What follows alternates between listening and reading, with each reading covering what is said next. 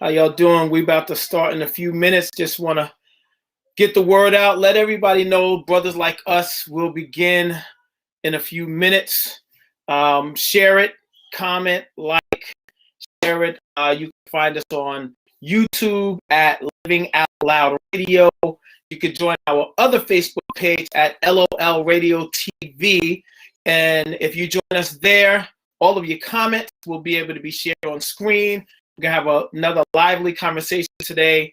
It could go anywhere, but I'm going to try to start it talking about the vaccine and our community and how we are affected and what affects us and all of that different stuff. I'm expecting the brothers to be on momentarily, but I will see you all shortly.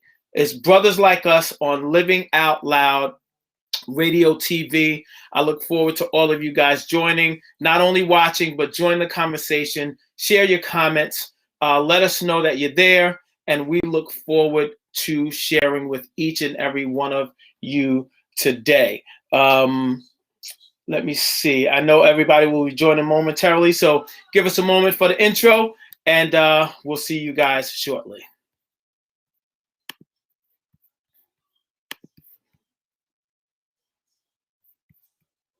This is just a little something to help you get up on the right track today. Or maybe it just help you recalibrate. Take your mind off all the stress that's going on around. Come on, you ready? Let's go. Living out loud, living out loud. Living out loud, living out loud. Living out loud, living out loud. I want the world to know that I'm blessed.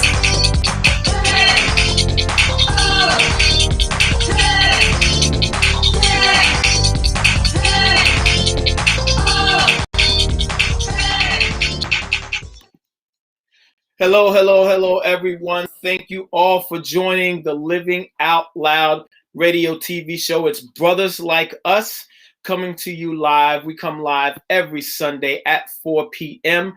and we look forward to sharing, laughing, talking about whatever it is, music, family, fun, faith, love, sex, health, whatever comes to mind, whatever's on our minds, whatever's on your minds. We like to discuss it in an open, honest, non-judgmental way. And we just look forward to joining with other brothers like us, getting their perspective, your perspective on everything that's going on in our lives. So I thank you all for joining us. I want to make sure that I'm up and running here. I believe we are. Just let me make sure we're all set. Actually, we're going to be playing around with some different platforms also in the next few weeks. We're looking to do a few other platforms just to see what works best as we get everything together here. So I'm checking Facebook now just to see if we're up and running. I do not see it yet, but I'm hoping that it comes up shortly. Let me check over on YouTube. 1 second. And look forward to joining with all of you guys. One moment, give me a second to get my life together here. Come on, change there. Okay, cool. Go to our Facebook page, YouTube page, I should say, and get all of this out of the way here. Boom, boom, my channel. Yes, okay. Okay, looks like I'm live there. On YouTube. Let's make sure we're good.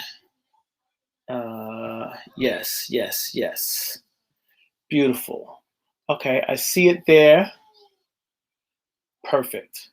All right, so again, if you join us on our Facebook page at LOL Radio TV, on Facebook, that's our official page. You can share comments, and your comments will be able to be shared online. If you join us also on YouTube, it is actually Living Out Loud Radio. And if you join us there, share comments, your comments will be able to be shared on screen, and me and the brothers will definitely discuss them. We'll share them. We'll talk about them. We'll shout you out.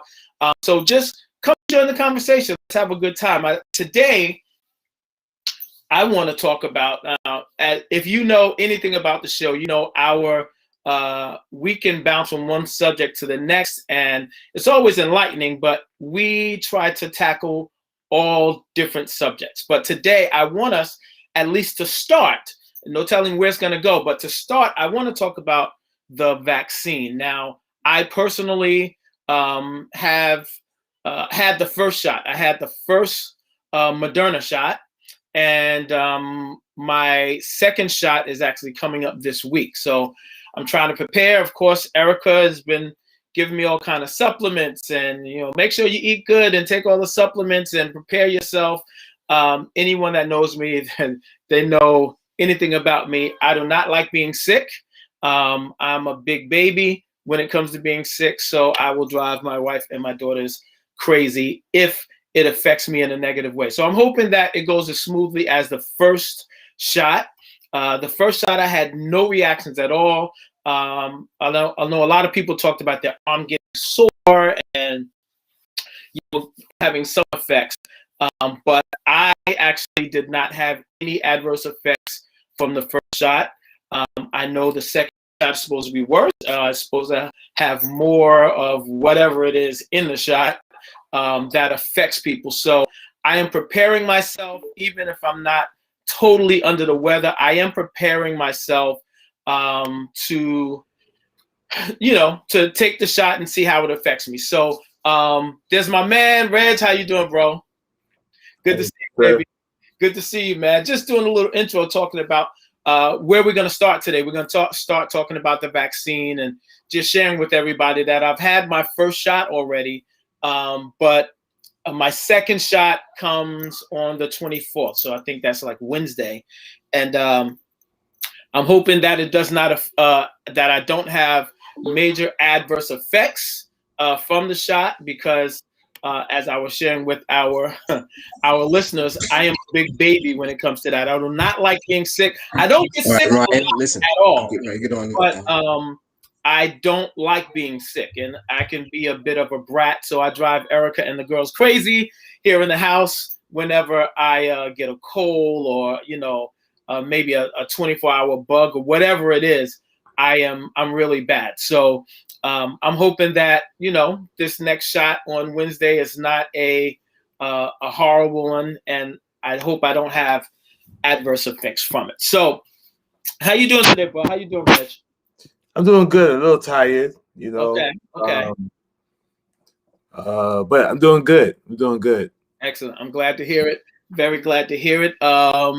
Now I know we've talked about the vaccine for the last few weeks, actually, and I cannot remember. Have you had the shot? Are you taking the shot? Are you looking forward to having it? What's the deal with you?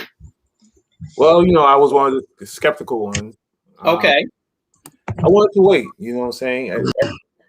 And what I did was, what I've been doing these last few weeks is I've been just listening, and I've just been reading, and I've just been praying, right?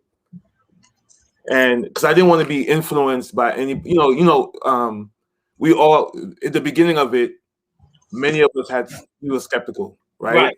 Right. Mm-hmm. We started watching and listening, and then I already knew that there were going to be people who would try and influence us, movie stars, artists, right. And I said I'm gonna kind of close my ear to that and just really pray, Wow. and just kind of watch and wait. I didn't want to be influenced by anything or anyone other than God, to be honest with you. And I'm not trying to be super spiritual. Nope, I got you. Because I also wanted to check why didn't I want to get it? What was the issue with me? And my wife was in the same place I was. Me and my wife was in agreement. Okay. We were like, we're not taking it. Then okay. Then my mind started to change only because I'm working with kids. I'm working with kids.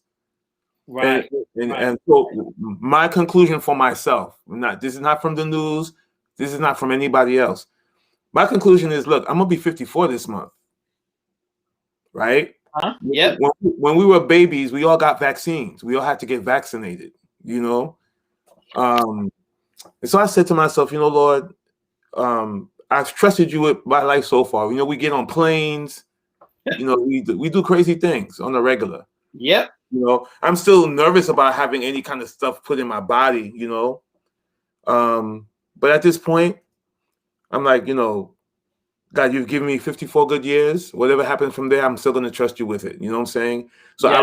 I rather take the risk of being safe, so that we can function. Uh-huh. So that's what me and my, so, you know, I talked to Mo because I thought Monique was going to be like, first she was like, Reggie, you get it. Let me see how it affects you. Let's make sure that life insurance is up to par. You know what I'm saying? But I told her, I said, babe, we can't do it. Everything we do, we gotta do together. That's the way. Right, That's what we right, do. So right. if you're not gonna get it, I'll wait. You know what I'm saying? That's how. You know what I'm saying? It may not sound like the most wisest thing, but she's my wife. You know, and I want to make sure we roll together. Yeah, So Red. I said that, and she was like, well, we might as well just go get it. You know. Right. So the funny thing is, okay, so she's the one in charge of putting together the, you know, the appointments and stuff like that, and she's been dragging her feet a little bit. So, you know, but we're gonna take it probably this week. We're gonna get our shot this week. Okay, so now this is the thing. I'm sorry, Vaughn. Go ahead. You were about to chime in. Go ahead. I was going to ask, how can you're able to make the appointment? Well, I don't know. Mo's handling. I don't know how. I don't know what the. I could have took it at the church, you know. Right. But right. You know, I don't want to take the Johnson & Johnson one. So.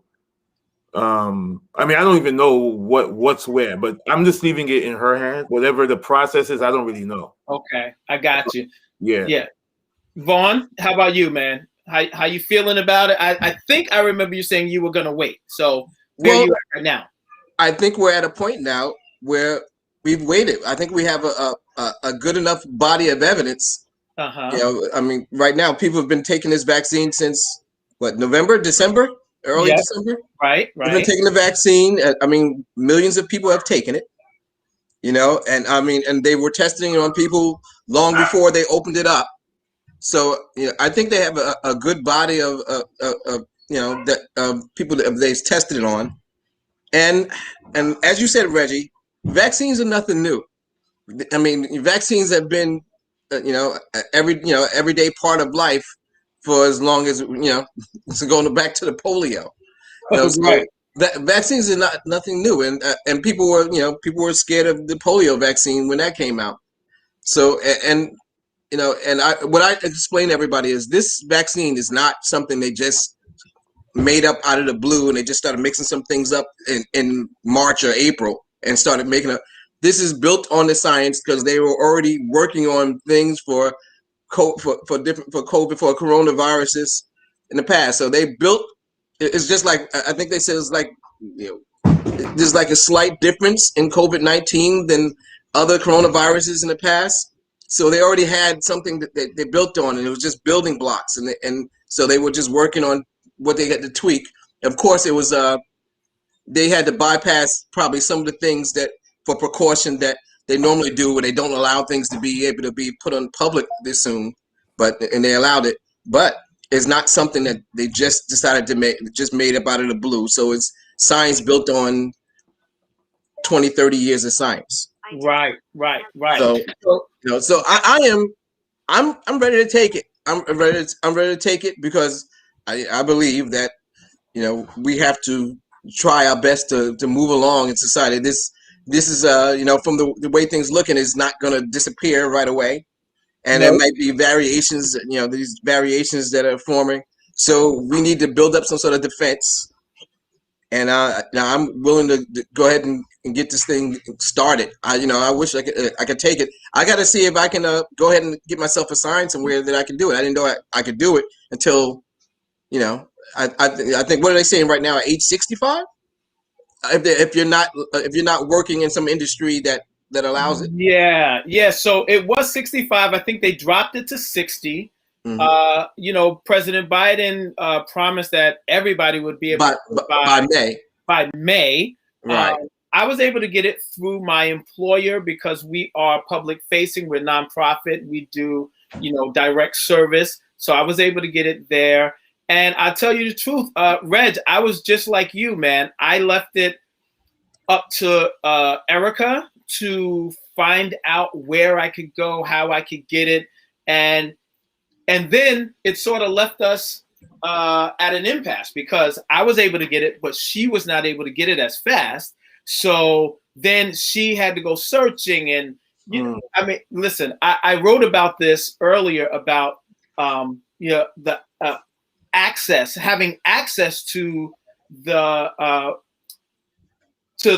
shot once we get to the point when we decide that we want it.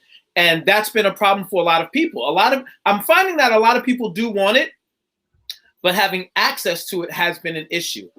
Being able to stay online that long to find an appointment, and then, you know, you could find appointments upstate and, you know, so far away from where you actually live. And some people are actually taking the drive. Some people are jumping in their cars and taking a drive upstate just to get their initial shot, and which means I'm assuming it means that they have to go back in a month to get the second shot, you know. So yeah, I would do that, you know. I mean, first of all, just make it into a little trip, you know what I mean? Yeah, exactly. But I will say this, and I hope I make sense, but you know, my decision to take it, I had to wrestle through a lot of things, right? I had to wrestle through just trusting Western like that's the biggest thing, because I don't trust it. As a minister, you know, I go to a lot of hospitals, pray for a lot of people, right? And the medication that people are on, you know, one of the things that even my mom takes a lot of different medications, and you got to take a medication against this medication to offset that medication. Yep. That stuff makes me nervous. So I'm not a person who takes medication for anything. You know what I mean? So not even, you know, I know a lot of us men are kind of like that. Like if I get a headache, I'm going to fight it out. I don't want to take a pill or nothing like that. Right. That's my wife, Adrian. Yeah. Adrian doesn't like medicine at all. And, you know, we're just talking about vaccines. Adrian, I had to fight her this year and put my foot down this past year that the whole family was going to take the flu vaccine. Wow. You know, because she's one that every year she's like, I'm not doing it. This year, because of everything that was going on, I insisted that the whole family take the flu vaccine and to do that. But, you know, Adrian would be the one that's, you know, that's a little more nervous about taking the COVID-19 vaccine. But I think even in this situation, I think she's going to give in. And she works for 1199, the healthcare union. So I believe she'll be able to get it through them. Okay. Like, you know, and I'll be like Erica searching, trying to find somewhere. Yeah, it's not easy, man. But you know, Rich, going back to what you said, you know, a large portion of our community feel the same way. It's something that is, it's a long-standing concern that we've had because of our history with the country, with Western medicine, with, you know, experiments and studies and all of this stuff that has happened. And it is really valid, man. So I would hate for people to feel like, and I think sometimes they're made to feel this way. They're made to feel like almost like conspiracy theorists, you know, like, oh, that, you know, come on, man, you know, that was a long time ago. And, you know, that wouldn't happen today. Man, anything can happen today. Anything can happen today. Listen. When we watch television and those commercials come on for all these different kind of medicine to offset like diabetes or right, the thing that always amazes me is the side effects. Yes. Yeah. Right. The side effects is like 3 days long. Right. You know, it could. You lose your eyelashes, your teeth. And they say it very quick. At the very end. So, and that really was a concern for me. Like, you know, and again, for a person who already has underlying issues. I mean, that was the issue for a lot of us. You know, yes. What's the underlying effects? Okay, you know, and then I had to kind of go through the thought process of where we are as a country. We're not the most healthiest country. Right? I've been overseas. I remember living in the Czech Republic and how healthy people in the Czech Republic are. They're strong. You know what I'm saying? Like, I've been to Haiti. People eat cleaner in Haiti. Right. So, we have a lot of things that works against us more so than for us. Even for us who are really trying to eat healthy, it takes a lot of effort to eat healthy. Absolutely. Even some of the food that's quote unquote healthy is not really healthy. Right. You got to go through your own cleaning process. Yep. Or you got to go shopping somewhere where there's fresh produce and stuff like that. So so all of that I had to process. And again, without being too spiritual, I said, okay, God, I still don't trust it 100%, but I have to trust you. But I trust you. Right. You have to Absolutely. trust me, know, because I want, my heart is, I want to be around for my family. I want to do some things with my wife. I want us to enjoy our life together. I want us to be healthy, so, and a lot of it too also is once you make that decision, whether you're a believer or not, once you make that decision, you have to rest you can't worry about it. Right.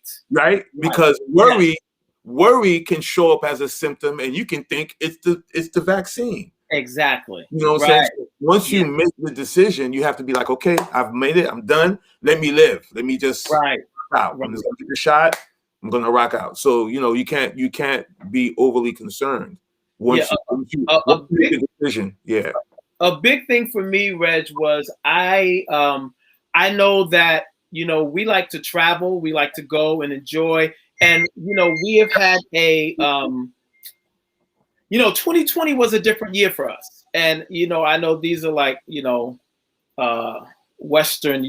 are USA problems, but, we always want to give our girls experiences over material things, right? So part of giving them experiences is showing them the world, traveling, seeing different places, seeing different cultures. And we want to continue that, man. And 2020, we weren't able to do anything. We were all shut down. We understand that. But going forward now, we want to make sure that we're able to continue that with them. We don't want them to sort of be in a shell. And we haven't, this is the thing about Erica and I, we haven't pushed the girls either way. We've told them, even with school, like, did they want to do the hybrid model? Did they want to do all at home and then go back to school later, whatever? And whatever they've decided for themselves, whatever they were comfortable with, that's what we would go with. Now, they both chose to not be in school, but now coming up after the break, which is another thing, like they're calling kids back into school right after the break, which I don't fully understand, but they have the option of going back. And again, we laid it before them. Well, what do you want to do? And normally, now the girls they're turning 16. Normally, they would do things in tandem, like whatever we come to a decision together as a family. Okay, that's what y'all gonna do. But now they're at the age where, okay, if one is a little less comfortable with going back, you can decide to stay home. The other one, they want to go into school. Okay, you can go into school. That's where we are right now, not pushing them either way, but especially with things like this, with the vaccine, like you said earlier, there's always going to be actors and actresses and government officials and all of these people saying, take it, take it, take it, take it. I think, it's more powerful when it's someone that someone that you're close to, someone that the family and their mindset. I think it's more powerful when you see someone like that give their reasonings for why they are or why they aren't. I think that's more effective. But I think for me and for Erica, it was safety of my family, wanting to be around for a long time, and wanting to be able to try to resume some type of normalcy. You know what I mean? So that's what has really affected me in my decision. Randy, what's going on, baby? Not much, man. How you doing? We're doing great, man. Good to see you, man. Good. We talk about this vaccine, man. Where are you at in this vaccine journey? Well, I take my second dose on next Sunday. Okay. All right. Nice. I get my second one on this Wednesday, actually. I thought you took yours before me. No. I think no? You got yours from me. Ah. Which vaccine did you guys take? I got what that the what's it called, the start with an M. Moderna. Moderna. That's the one I got. That's the Yeah. one All I right. got. Now, Reggie, Louisa asks, why don't you want to take the Johnson & Johnson?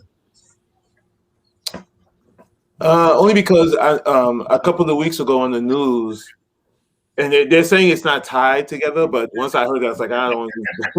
But there was some blood clots with some people who took Johnson & Johnson. I think it was like 30-something people. Yeah. Yeah. So I was like, okay, I'm not going to do that one. That's all. They're saying it may not have been tied, but I'm like, okay, but they all took Johnson & Johnson. So for me, I was like, I'll do the. So that's my decision. I'm with you, bro. But you know what? I'm going to take the first one that's available to me, but I would love to take the Johnson & Johnson only because I want to get it over with. Yeah. I want to get it over with. Well, I agree with you. You know. But I understand your concern. Yeah. Yeah. So Louisa, I see your other comment. I hate needles. I'm notorious in my household. I have actually kicked doctors before when I was getting needles, man. I mean, I remember it. And my daughters were with me, Brittany, she was younger, and she ran back to Erica's like, Daddy actually kicked the doctor when they gave him the shot.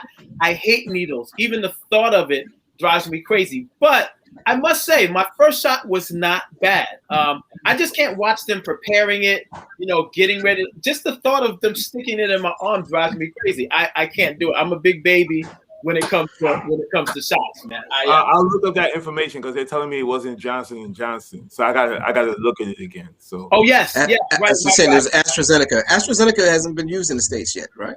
No, I think it was just approved overseas somewhere, right? Yes. Okay. So Yes. I promise you, I thought I heard Johnson & Johnson, so I'll look it up. Because once I heard it, I kind of like, okay, I made up my mind, and I didn't want to hear the rest. Yeah. So I thought you listened too quick. But Thurston, you were talking before. You were talking about people are traveling to go get the vaccine. A lot of our people are still not taking it. I mean, near us, Reg, in Springfield Gardens, the Walgreens there. Someone told me they saw the line there, and the line was all Caucasian people from Long Island. Really? Yep. Yeah. Wow. It was all Caucasian people from Long Island who were coming over here because the people in the area haven't been taking advantage of it, and so they're allowing people from other areas to come in and get it, and that's what's going on. I was reading an article just about the flu vaccine, and they say hospitalization with the flu vaccine for African Americans is double what it is for white Americans. Really? Because Black people don't take vaccines, period. They avoid it. So it's not just it's not COVID, it's in general. Yeah, and not only that, but man, we gotta, and I don't want to speak like we don't know, right? But we gotta understand the demographic also for in the Black community, right? Remember, for most of I grew up in Flatbush. So all up and down Flatbush are Black men and Black women who don't have any kind of health care and who don't think about it that way. They go through life fighting sicknesses on their own terms. Wow. And it's a whole lot more than you think, right? When you think about certain neighborhoods, even though if they make the vaccine available, you don't even need a healthcare card or anything like that, right? People, their mentality was like, I ain't going, they just, they live in the way they live in. So it's not just Black people don't want to take it. A lot of Black people don't even, their mindset has already been kind of conditioned through the years, right? Right. Yes. Like, for instance, for me, before I worked, man, I went through, when I used to get sick and I didn't have any medical coverage of any kind, man, I used to do what I could, I used to fight fevers, drink tea, sleep. Old school remedies. Right? Yeah. And certain things that you probably have to go to the doctor for. I didn't go to the doctor for. You know what I mean? And then by the time you get Medicare, by the time you go to the hospital, the doctors are telling you all the different issues that's going on in your body. Right. To the point where you're overwhelmed at the information. You know what I'm saying? So it's a lot. It's a lot that we have to pray for.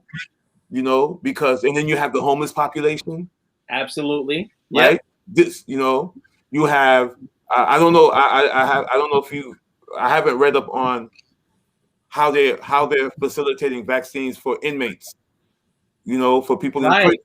You know, I'm always talking about I haven't heard about that. That's so right. all those things are important, you know.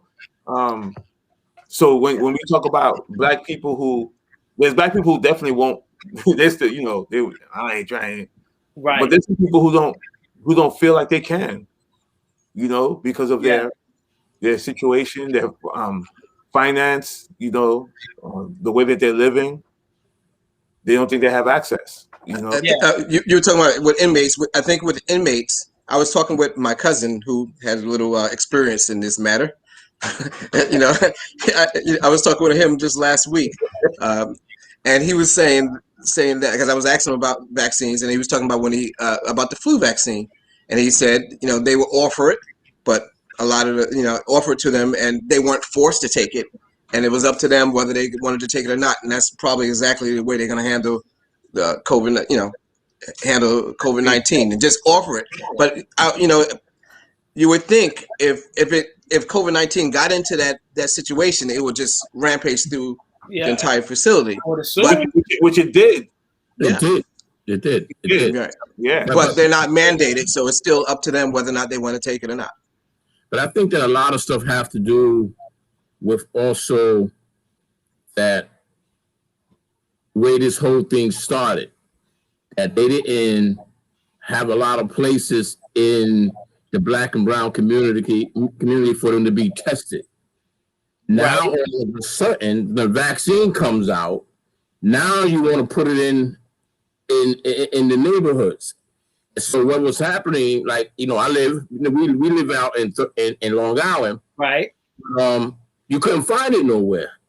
So the way they had to go around about it, if you were 65 years old, a certain age, then you had to travel to these different places to get the vaccine. Then they started doing with if certain jobs was offering it. Right. Like if you was a city worker, you had to come with your ID, you had to come there, but it was still always in either you had to travel to the 5 boroughs to get it. So I've seen where a lot of people that was in Staten Island. So when you research it and you put in your information where you can get the vaccine, wherever they was offering it, you know, that's where you would have to travel to go get it. So that's what a lot of stuff was doing. But it was just that, you know, when it comes to us, we just was not just going to go and get it done, even though they try to blanket all the different areas and stuff like that. That's why you would have it like the church offered it at CCC and Right. you have all the different other places. Now they're talking about it, but I don't think they haven't done it yet, where they was talking about having it be administered at Nassau Coliseum. But I don't Yes, think they've been talking about that. They've been talking about having it there, which would be good. But again, you know, I think that access is a big thing. So you're right. There is this narrative that, you know, Black people in the Black community do not want to take the shot. I think with this, maybe a little less than normal people that don't want to take the shot. I think I am experiencing that a lot of people I talk to actually do want to get the shot. They're frustrated with the process of access, not being able to get an appointment, having to stay on the phone or online forever or searching out. Now, the good thing, what worked for me was I worked for an organization that was able to get me the shot because of what we do. But there are a lot of people that don't have a car when they can drive far and wide to get to where they need to get to, right? There's a lot of barriers to them getting the shot. So I would appreciate, and I know there's a lot of logistics that go into this. So I would appreciate if they said, so like I work in Hempstead, right? I would appreciate if they said, we're going to have the shot available at the Walgreens and the CVS in Hempstead. So people can actually walk there and get it. Now, I know the logistics are as such that if they do provide, say they do, we're going to have 250 shots or 1,000 shots available on Wednesday. And if people don't come, these shots, some of them have to be refrigerated or they go bad if they're not used in a certain amount of time. So if the people from the community don't come and take advantage of it, those shots are not cannot be used. They would have to be tossed away. So I know there's a lot that goes into it, but for me, I believe that we need our government officials to push to make it available. And I must say that there are several that cover that area that have been pushing to get shots in the area. They've done at Kennedy Park, they've done shots and so forth. And even I believe Nassau Community College, but we need it there on a regular basis so that people that want to get it can get it.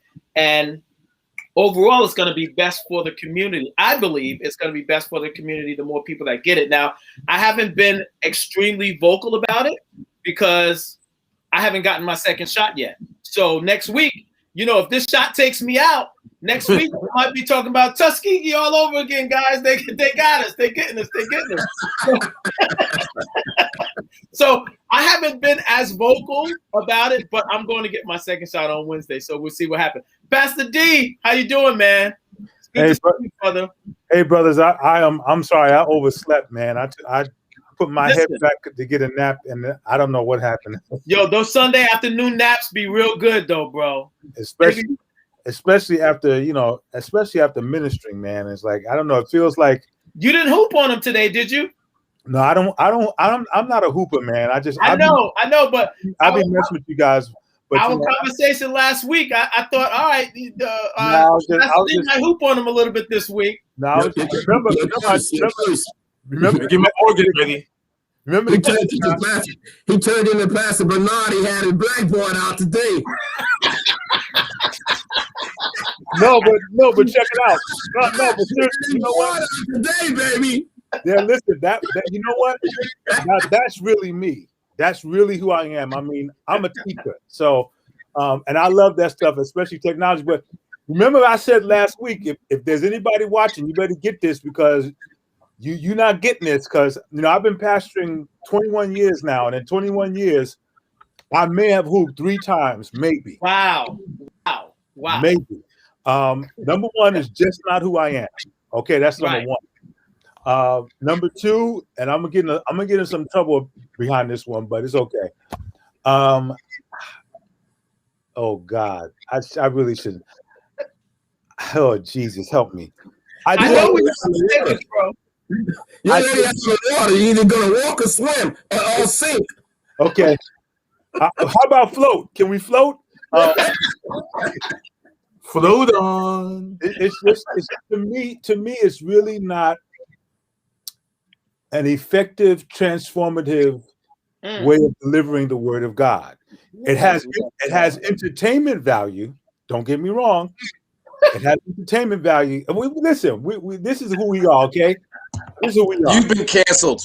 You're getting in trouble. Listen, hold on, because I actually do want to go there. Let's finish this conversation first, Pastor. Then we're gonna go there because this is a conversation that's really close to my heart, bro. Claudio, I'm so glad to see you, man. So glad to see you on. Hold on, let me share this. So Ernesto, he wasn't able to be with us, but he said, I think the reluctance isn't only in race, but also in class. A lot of people of color and people of the lower economic classes are very reluctant. So my question is, why is that? Why is class also, how does class play into it as well? I think it goes back to what you were saying, Reg. There's a lot of people that, may not have coverage, don't even think about coverage and health, and they just handle stuff in-house. You get sick, you go to the... Can I add one more thing? Yes, absolutely. We have to talk about also, because I'm from a Haitian background. My family's Haitian. And a lot of the Caribbean people don't believe in taking medicine. They don't Right. believe. Right. I mean, there's so many things to factor in. You know what I'm saying? You have a lot of people who of different religions also who don't believe in taking any kind of shots or anything. Absolutely. So many, and not just people of color. You know what I'm saying? Right. So, I mean, one of the things I appreciate about our conversation, like I said, is I didn't want to be influenced. Once all the advertising went out to take the vaccine, I said, Lord, I want to be educated. You know what I'm saying? Times have changed. Times have changed literally overnight because of this virus. Right. And so we can't afford to rush into anything. Like Vaughn said, and Alan said last week or some weeks ago, we know that this vaccine was in the works anyway, but they have more incentive now to finish it, to get it done. Right. Quicker. And I know that's how a lot of medicine came to be. Like, there was something that happened, we had to respond to it, right? And the best comes out of people when our backs are against the wall. That's the truth of the matter. That's what resilient people do, right? Our backs are against the wall. Science at times does work. Science does help. Medicine does help. So I'm not against medicine of any kind. But for me personally, it's just that there's so many side effects that really bother me. That why bother? You know what I'm saying? Sometimes you have to weigh the pros and cons. Like, do the side effects outweigh the healing Right. You wind up with more problems after taking the medicine than you had before taking it. And going back to what you said, you remember when at the end of commercials, they used to allow them to say it really fast and you couldn't even understand what they were saying. I think there was legislation that was passed that made them slow it down. You had to actually say what was happening. And now people hear like, okay, I can take this. I may get rid of my nasal drip, but I might go blind. So, I think maybe a lot of people were getting sued. Maybe a lot of people were getting sued. Maybe there was a lot of lawsuits behind that. Who knows? I mean, I'm sure there was. I came in when you guys were talking about this, and I don't think it's a thing of access, because where I live, I live in Freeport. And there's really not a huge difference between Freeport, Roosevelt, Uniondale, Hempstead. Some may argue, but I don't think there's that much of a demographical difference along the lines of economics and some other key factors that you can say, okay, well, Freeport doesn't count. And so the reason why I say I don't think it's access, because I'm always getting emails from the CVS in Baldwin and the Walgreens in Freeport, come and get the vaccine. Okay. And they're not, in fact, from the beginning, they never said you got to make an appointment. They just said, come in and get it.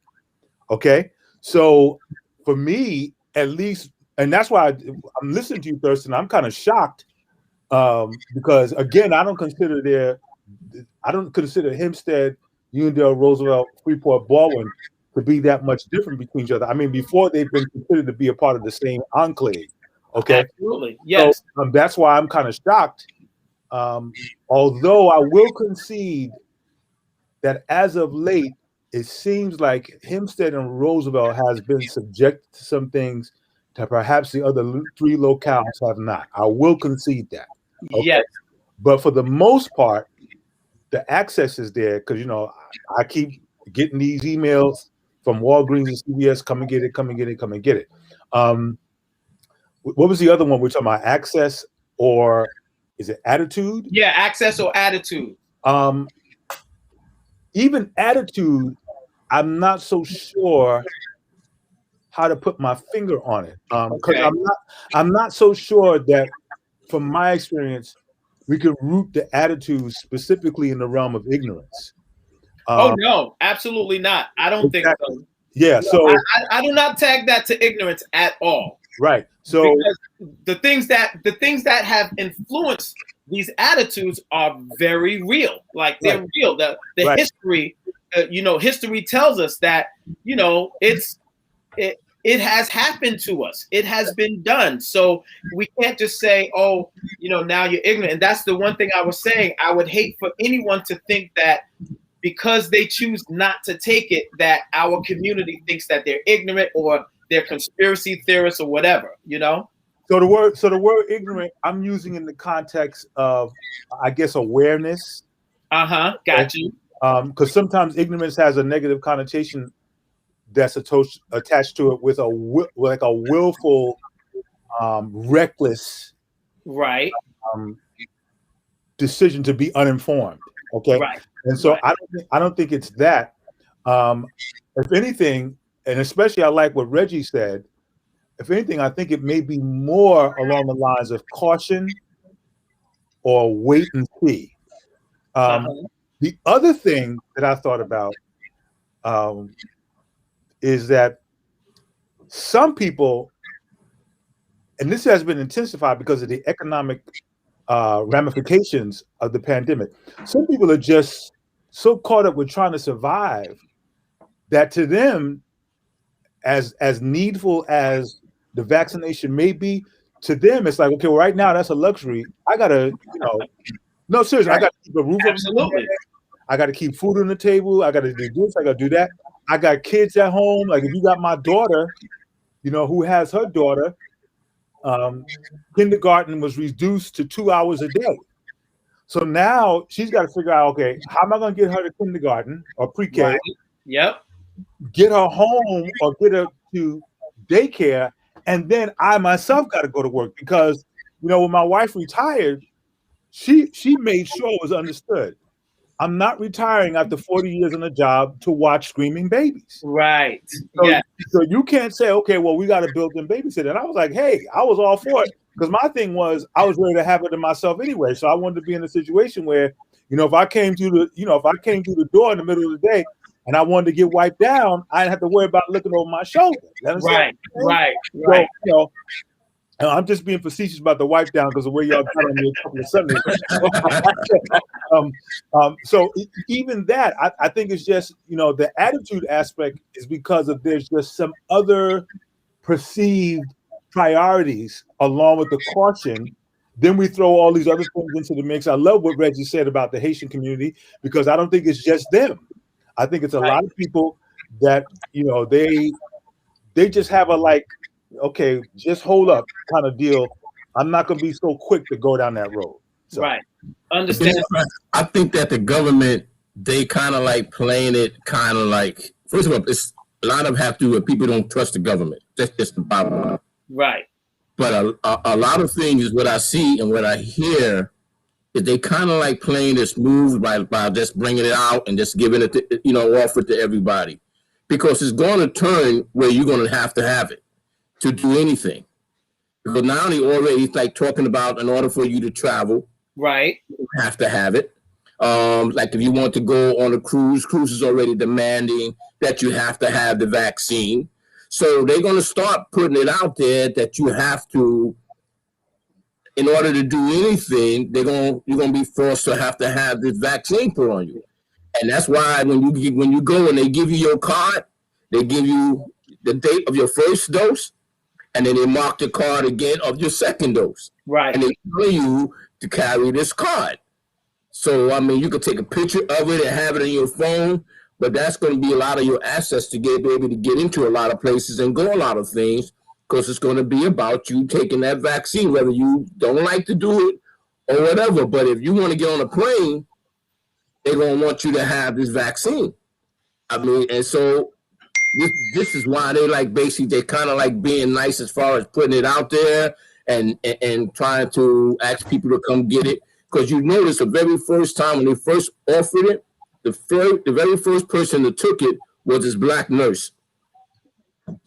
She was the first one because that's who they was trying to to get black people to come and take it. Know that it was safe and all this kind of stuff because they knew that we didn't trust it. Reluctant. Right, absolutely. About it. We didn't want to have nothing to do with it.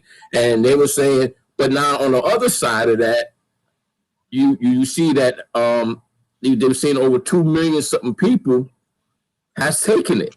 Right. So it's not so if they were wiping us out, then it's not like they got a special vaccine for this group and then another vaccine for this group. Well, listen, if I'm a conspiracy theorist, that's exactly what I'm going to say. They're going to send the bad ones to the black community, and they're going to send the good ones to the white community. But again, the white people are coming into our community to get it. Exactly. So that's why I put up Claudio's comment. There are too many people of other persuasions getting these shots for it to be another Tuskegee experiment. You're exactly right, Claudio. Thank you. Wait, he just added something else. Let's see. My wife got an appointment for that shot in Atlantic City. Wow. I couldn't get an appointment anywhere in New Jersey or New York, and I'm older than my wife. I was so frustrated that I stopped looking for an appointment. On a humble, my wife got me. Yo, Claudio, on the real, if it were not for our wives, I don't think any of us that have gotten the shot would have gotten the shot, bro. For real. No, I'm surprised. Claudio is a judge. Exactly. I'm surprised that he didn't have access. You should have just passed the law, man. Hold on, let me go back. Did I get all of your comment here? Put that gavel down, brother. I think I missed some of your comment, Claudio. Hold on, let me read the rest of it. My wife got me an appointment. Let me see.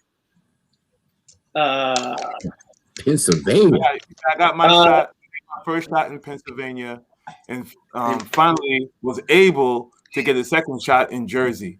Okay. This may be just my anecdotal account. Yeah. Uh-huh.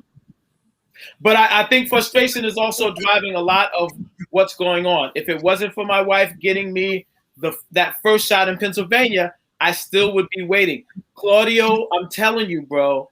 And I actually had access through my job, but I still had not gone on and made the appointment. It was Erica that said, send me that email. Let me look it over. Let me go online. And I kept saying, oh, man, it's so hard to get it. I don't know what to do. This link is not working, whatever. I gave her the email. She pulled it up. 5 minutes later, she was like, you have an appointment at 8:15 on tomorrow. You're going to go down there and get the shot. It was just that easy. Listen, we are love with. I took my we are love with. Yes. Because I got a call.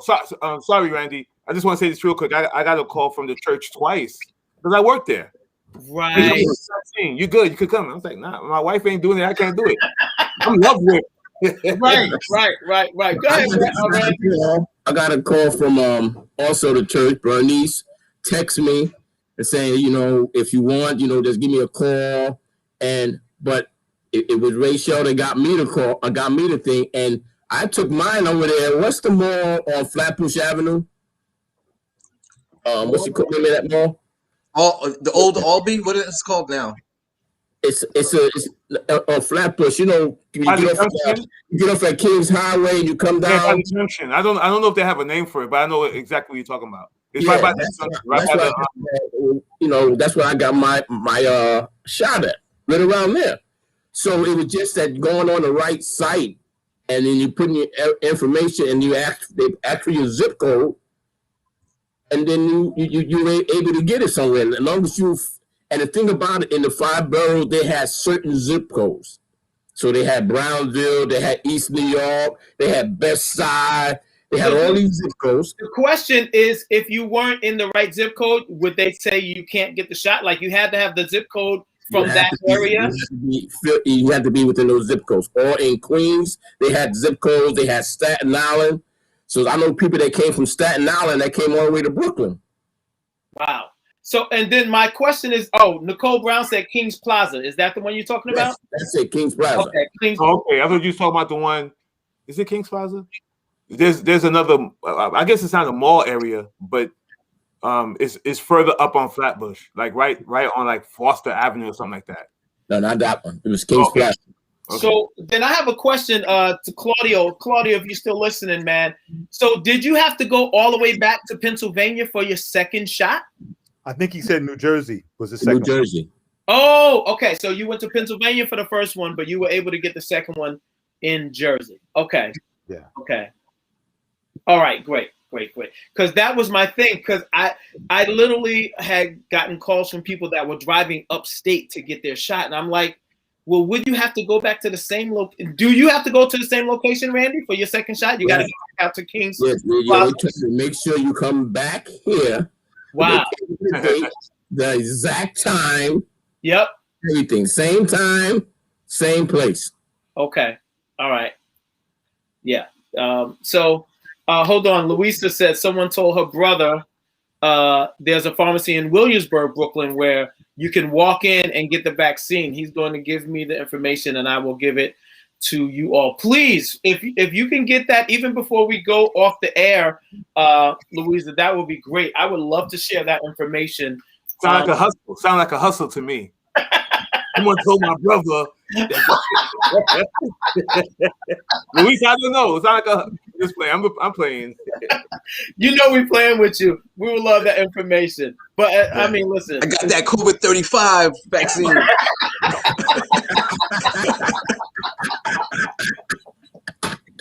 Oh, it's the COVID-35 vaccine. You know, it covers more than just the 19. You know, it covers everything, sis. Just, give me $25 and I'll make sure you get at the top of the line.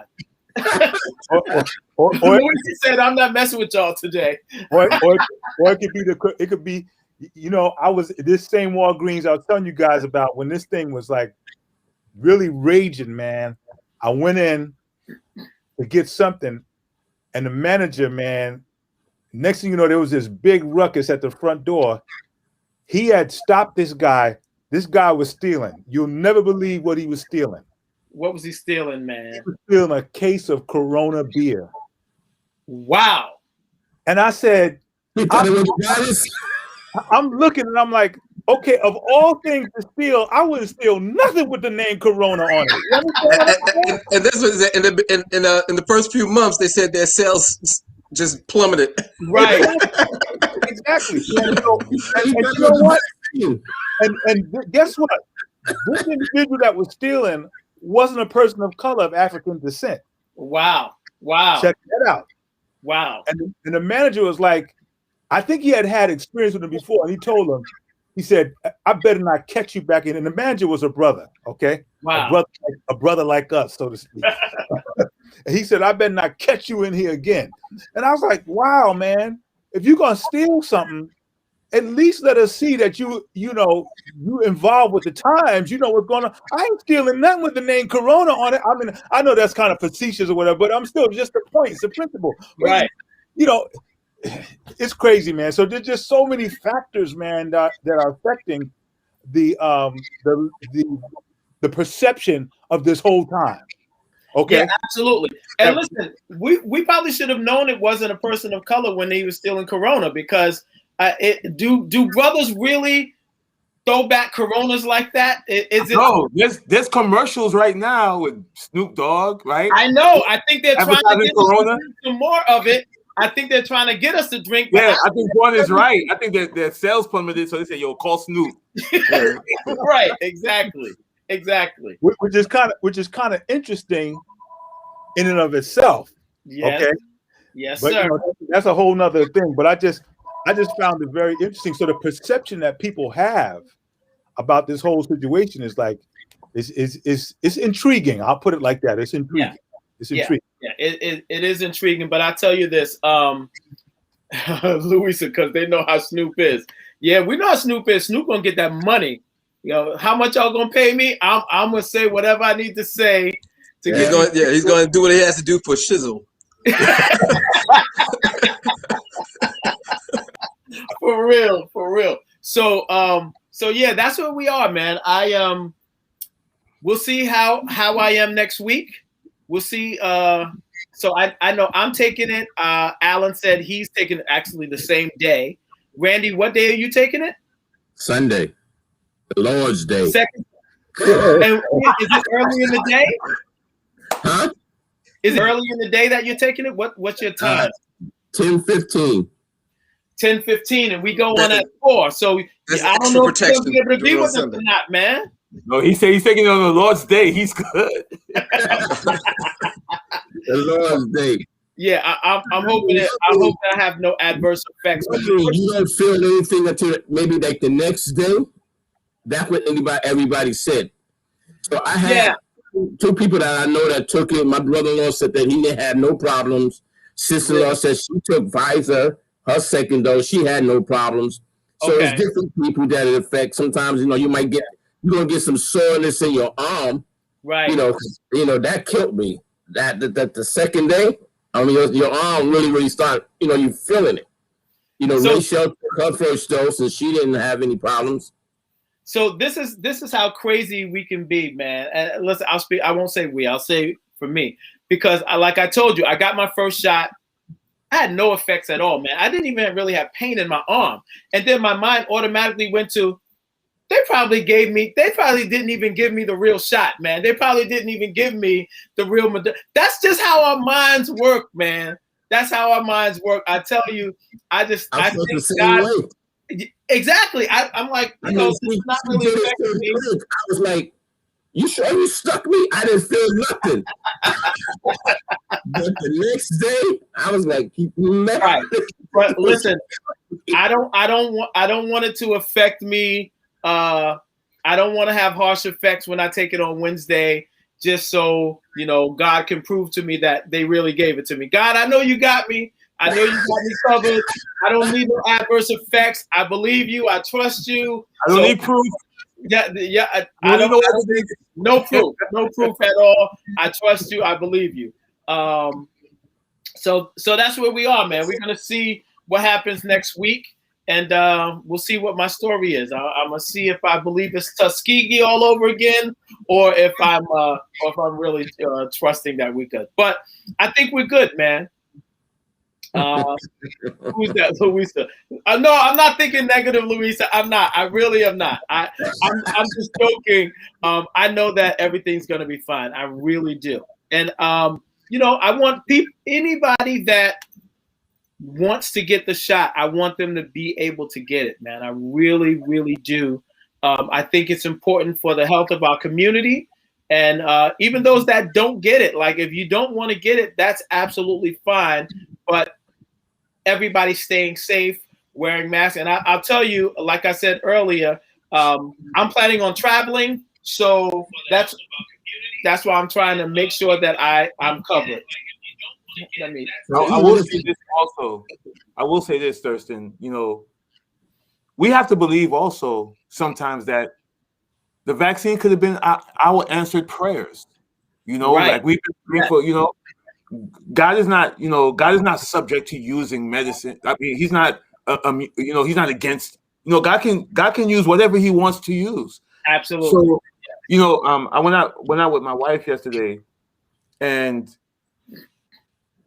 I was thinking to myself, man, God, we were not meant to be isolated from each other. You didn't create us that way.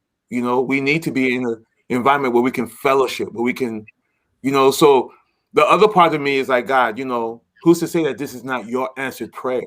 We've been praying, we've been fasting, we've been praying, we've been asking you to send the rain, and the rain comes and then we act like we don't recognize you. So I just want to kind of say that as well, I always say that science, intelligence, it all comes from God. He's the greatest scientist. He's the greatest physician. He creates everything that the doctors learn. It all comes from him. All that the scientists can figure out, it all comes from him, and they put it together, whether they know it or not. But they might not acknowledge that it comes from God, but that's where it's coming from, for them to create the things they come, for the knowledge that they learn. And so, yes, I mean, God can heal anybody without saying a word. He could just be healed. That could be the case, but that's not the case in most situations. So if we don't, so we have to do what we need to do. And Thurston, what you were saying before about those who don't want to take it, we don't want them to think that we think they're ignorant or anything of that matter. But also not to be living in fear and not to be listening to those, because there are conspiracy theories. Absolutely. There, Yeah. there definitely is. Whether it's the people who insist that that this is Tuskegee all over again, right to the religious fanatics who, some are saying that this is the mark of the beast. There's literally there's evangelicals all over the country, all over the world, who are, this is the mark of the beast, or this is a trick of the enemy preparing the way for the mark of the beast. Right. So there are fear mongers out there. People can't allow themselves to fall into those traps. Make wise decisions on what they want to do for their own sake, for their own family's sake, and make those decisions without living in fear. Yeah, absolutely, man. Absolutely. And even if you take the shot, you got to still. I know for me, I'm still make sure I have my mask on. Because it's not saying that you can't get it again and all this kind of stuff. I think that it's going to be levels to this thing as it continue to go, because first of all, they were saying that usually it takes 2 years to develop a vaccine, and they pushed back a year because of the pressure that it was doing. So they came out with this vaccine, but I think that over time it will probably go to another level, another phase of it, where it might be a little stronger towards it. Like the Johnson & Johnson got 1 dose, so maybe Pfizer and the other ones will come up with maybe a 1 dose where you don't need it. But I think that you're going to always have to go and have another shot. Well, they're already saying that they believe that there may be boosters needed, just like the flu vaccine. I mean, because the flu evolves, yearly. So so there's always a new booster shot for the flu vaccine. This COVID-19 may be like that for some time to come. Yeah. So, and as we talk about the flu vaccine, I think I've shared this before.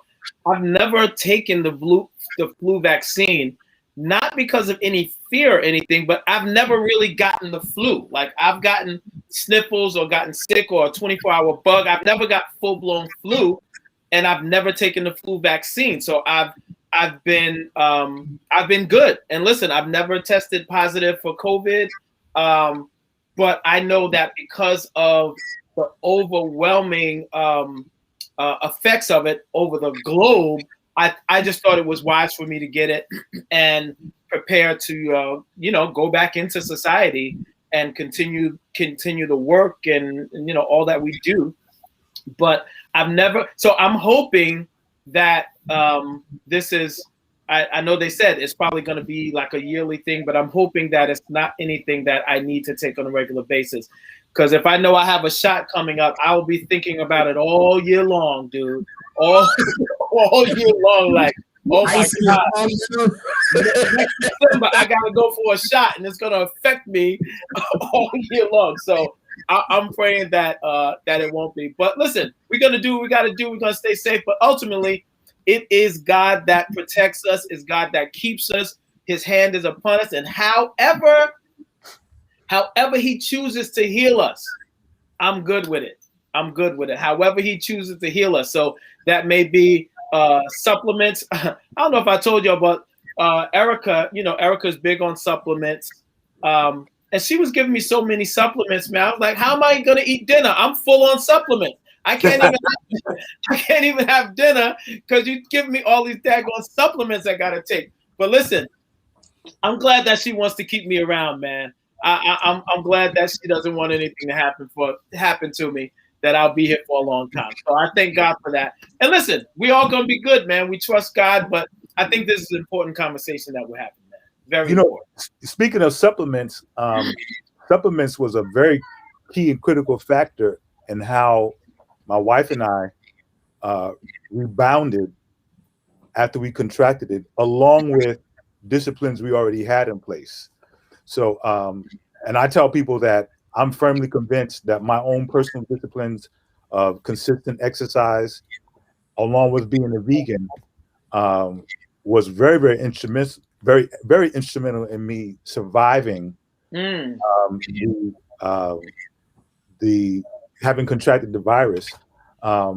It just turned out to be, I would say, 2 or 3 notches above the most severe case of the flu that you could think of. And even when I finally went to my doctor later, and I don't know if I told you guys, but he tested and he found out that I have antibodies. And Okay. so what antibodies in your blood mean that the body not only successfully fought the virus, but it has built up its own immunity to it. So now what that means over the long haul, nobody really knows, because this thing is still somewhat of a new phenomenon. Right. But that aside, supplements is something that we really, really need to consider. I mean, I know you were saying what you were saying facetiously, Thurston, but right. It is very, very essential, man. And I'm a big fan of something. Matter of fact, I just spent upwards of $250 on my next regimen of supplements, man. Because, oh yeah, man. Listen, I don't play with it. I hear you, man. Major, man. When you get to a certain age, it plays a whole nother factor. Right. Is that your wife, Adrian? Okay, bless her heart. Bless her heart.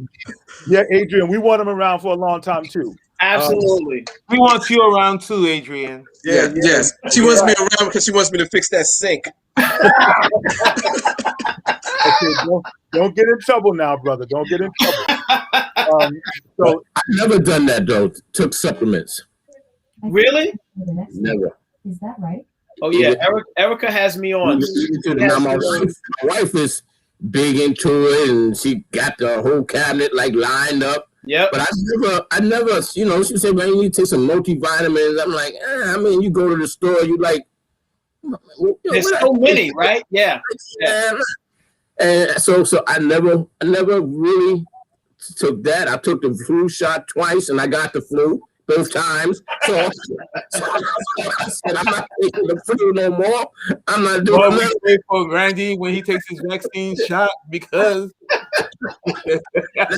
listen, I just never was into it. I never did. I know people always talk about supplements, man, but I make sure I eat enough whatever I have to eat. Right. But popping all those vitamins. Like Minister Lamont. Yo, dude, let me tell you something. He has a bad flow, man. I mean, of every type of big green, the big green face. He got that thing open, yo. Oh my God, you should see what he carries with him, man. I could keep up. I couldn't keep up. Oh yeah, dude. Absolutely.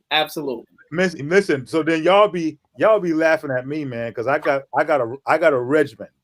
I'm serious. I got a regimen. And when we talked about fitness, I think a month and a half ago, we had the brother and his wife on.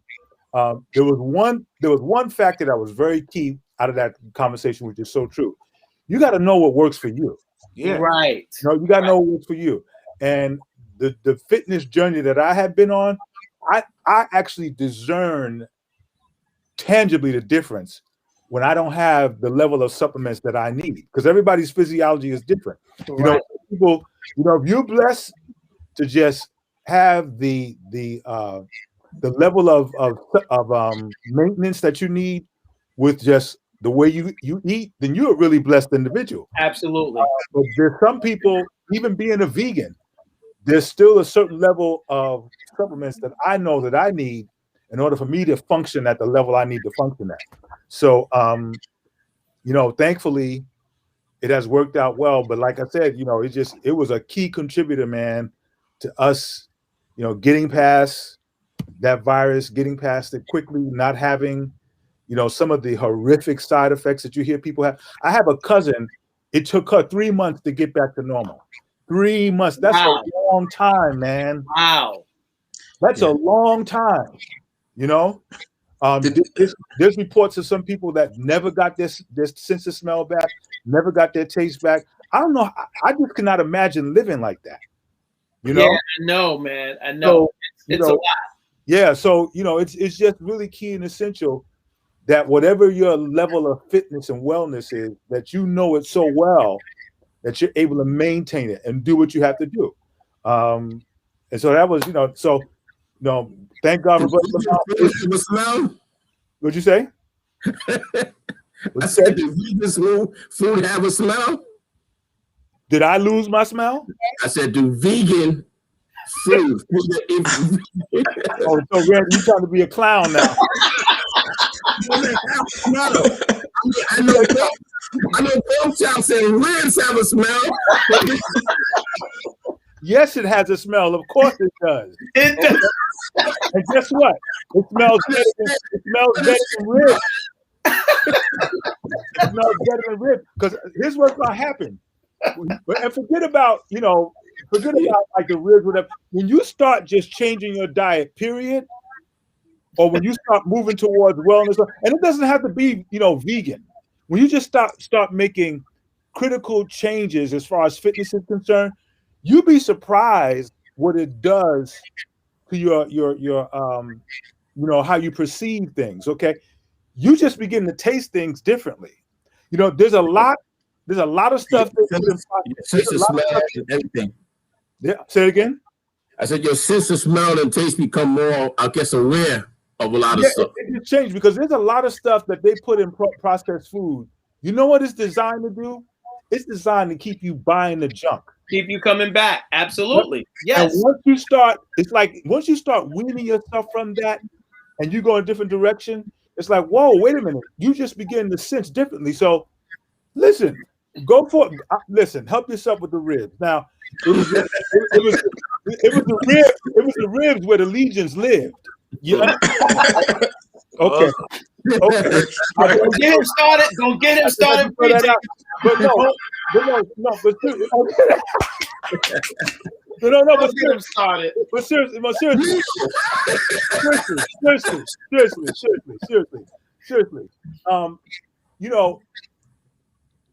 Sometimes you can become fanatical about it, and we don't want to do that. Right. Because again, Randy looks like he's in great health. I haven't had the pleasure of seeing him in person. Matter of fact, the only one I've seen in person is Thurston. So I haven't seen you brothers in person yet. But looking at Randy, he looks like he's in pretty good health. Okay, he's the elder. I call him the elder statesman in the group. He's the oldest. When he first said his age, I kind of like, no, he can't be that old. He can't be. It's impossible because he looks very good for his age. So obviously, what he's doing is working for him. And this is a known fact also. When you serve God, he takes care of you. That's a fact. Okay. So that's the other part of, or actually it's the truth. So that's the other part of it. So then when I look at him, okay, the ribs is working for him. Work it. Work it. Don't overwork it though. Don't overwork it. In moderation. Exactly. And that's the key. I don't eat ribs like that. I don't know when the last time I had one. I just threw that out there. Yeah. Randy actually eats pretty healthy. I don't know when the last time I had rib, pork chops, none of that stuff. See, there you go. I haven't had pork chops in a while.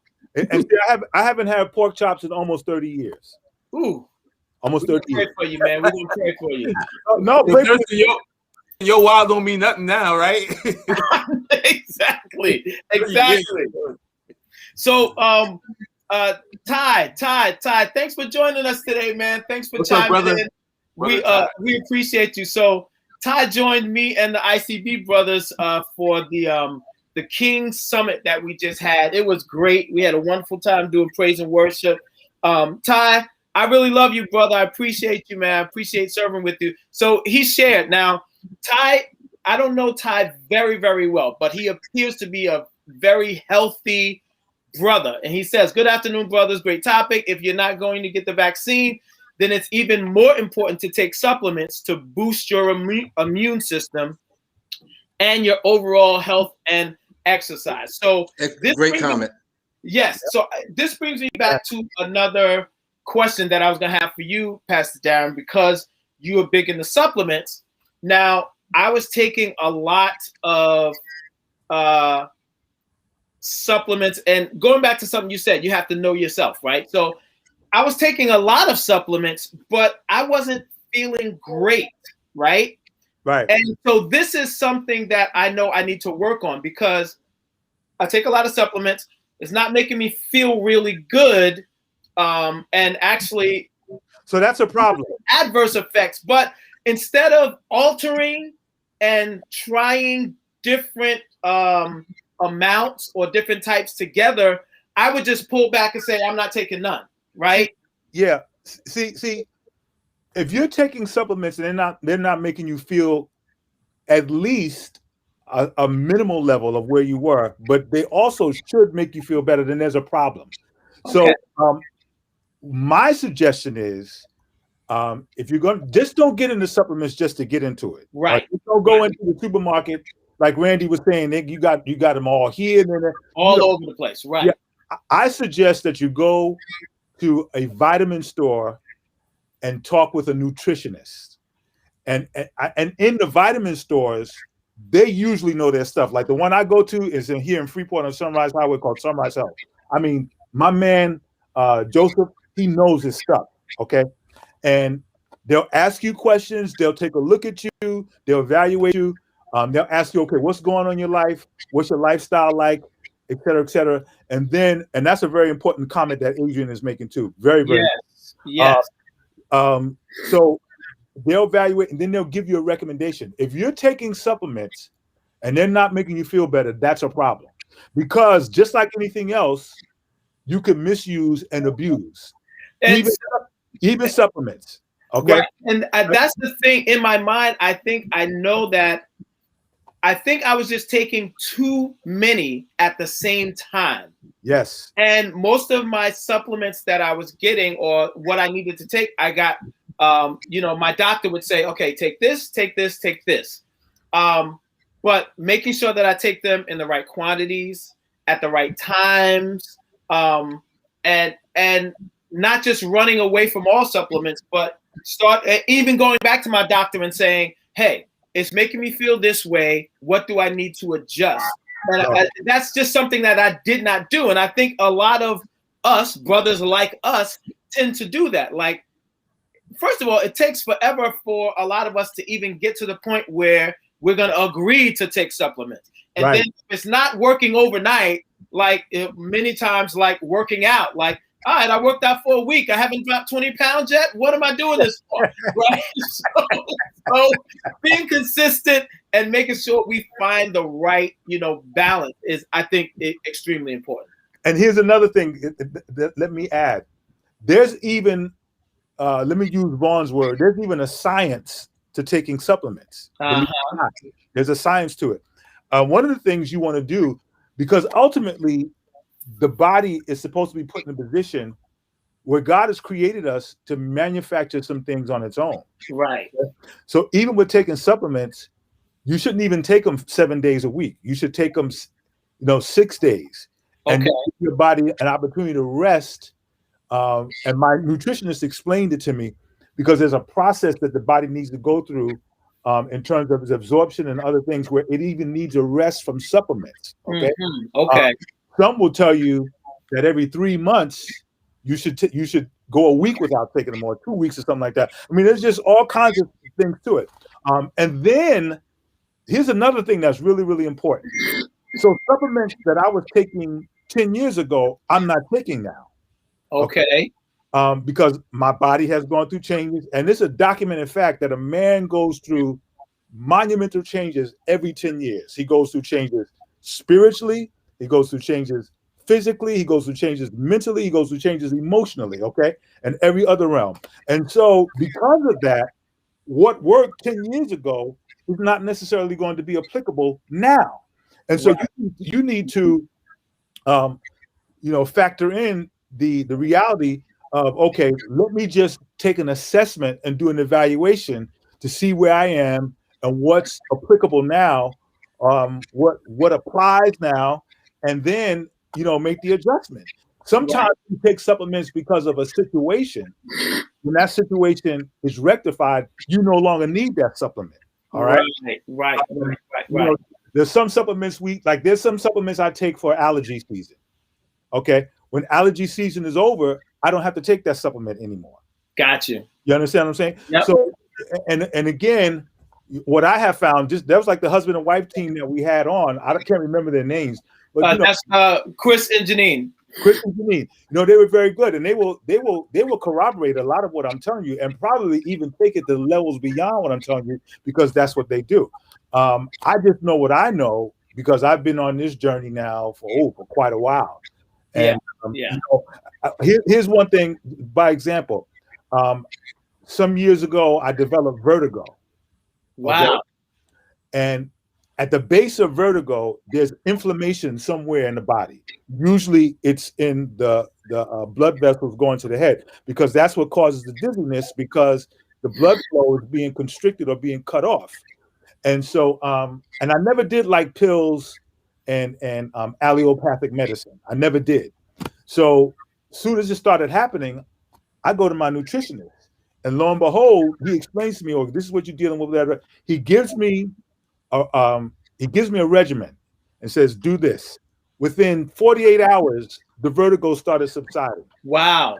Okay. Wow. He started giving me, natural anti-inflammatory things. Now, I had gotten past vertigo and I didn't have a problem, but all of a sudden, COVID brought it back with a vengeance. What was it? Inflammation. And when I went to my hematologist for my blood disorder, my numbers were way up. My numbers were at the point where they hadn't been since I had been diagnosed, which is like 6-7 years ago. Okay. So I immediately knew, okay, that was due to COVID. So they stepped up my dosage with the medication I was on for my blood disorder. But I also went back and got that regimen supplement for the pycnogenol, and sure enough, decreasing. And now I'm noticing less and less that I don't need it. So, Wow. these are the things that you want to be in. So I would just encourage you, Thurston, if you can, go see a nutritionist, let them do a workup and evaluation and assessment of you, and then get a regimen. Sometimes you don't need a whole lot. Sometimes sometimes for some people, a multivitamin is enough. Right. So thanks, Nicole, for that.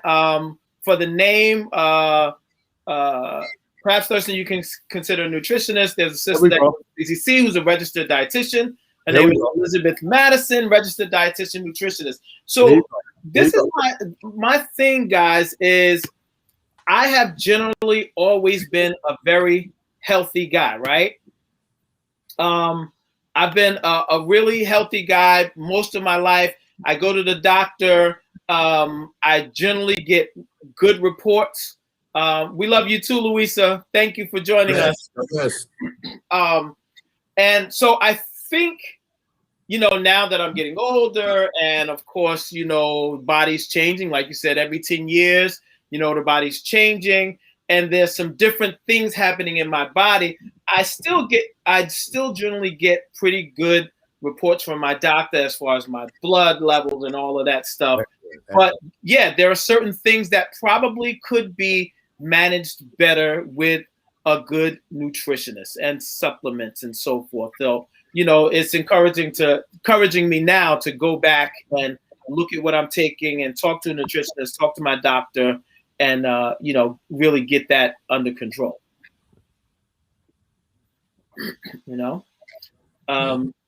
So it's 5:26 now. You know where I want to go, right?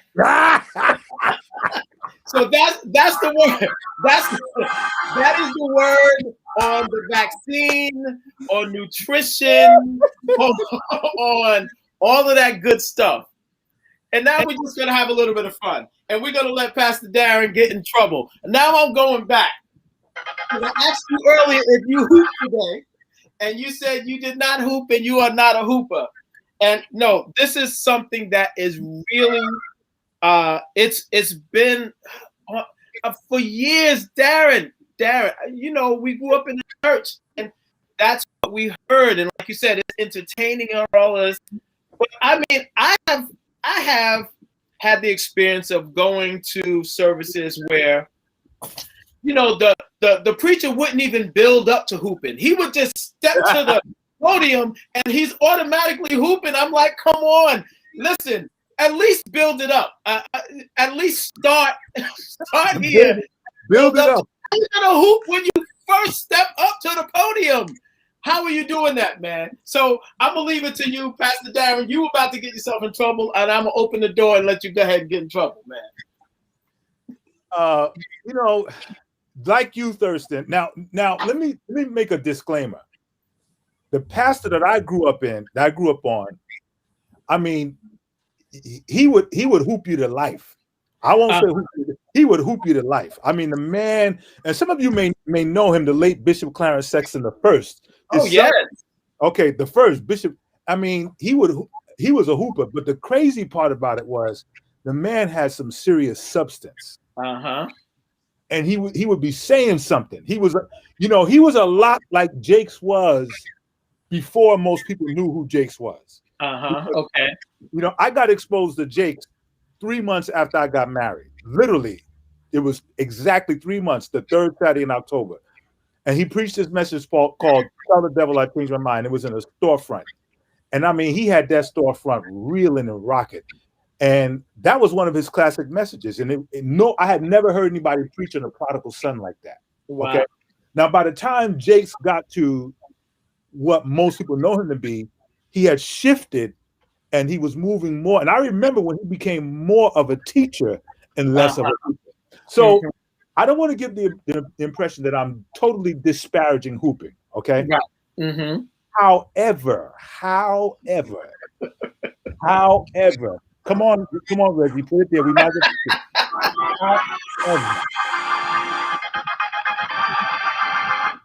there it is.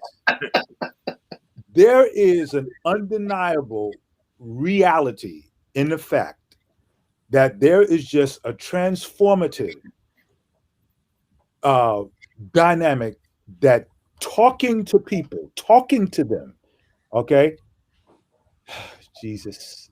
Why? Yes.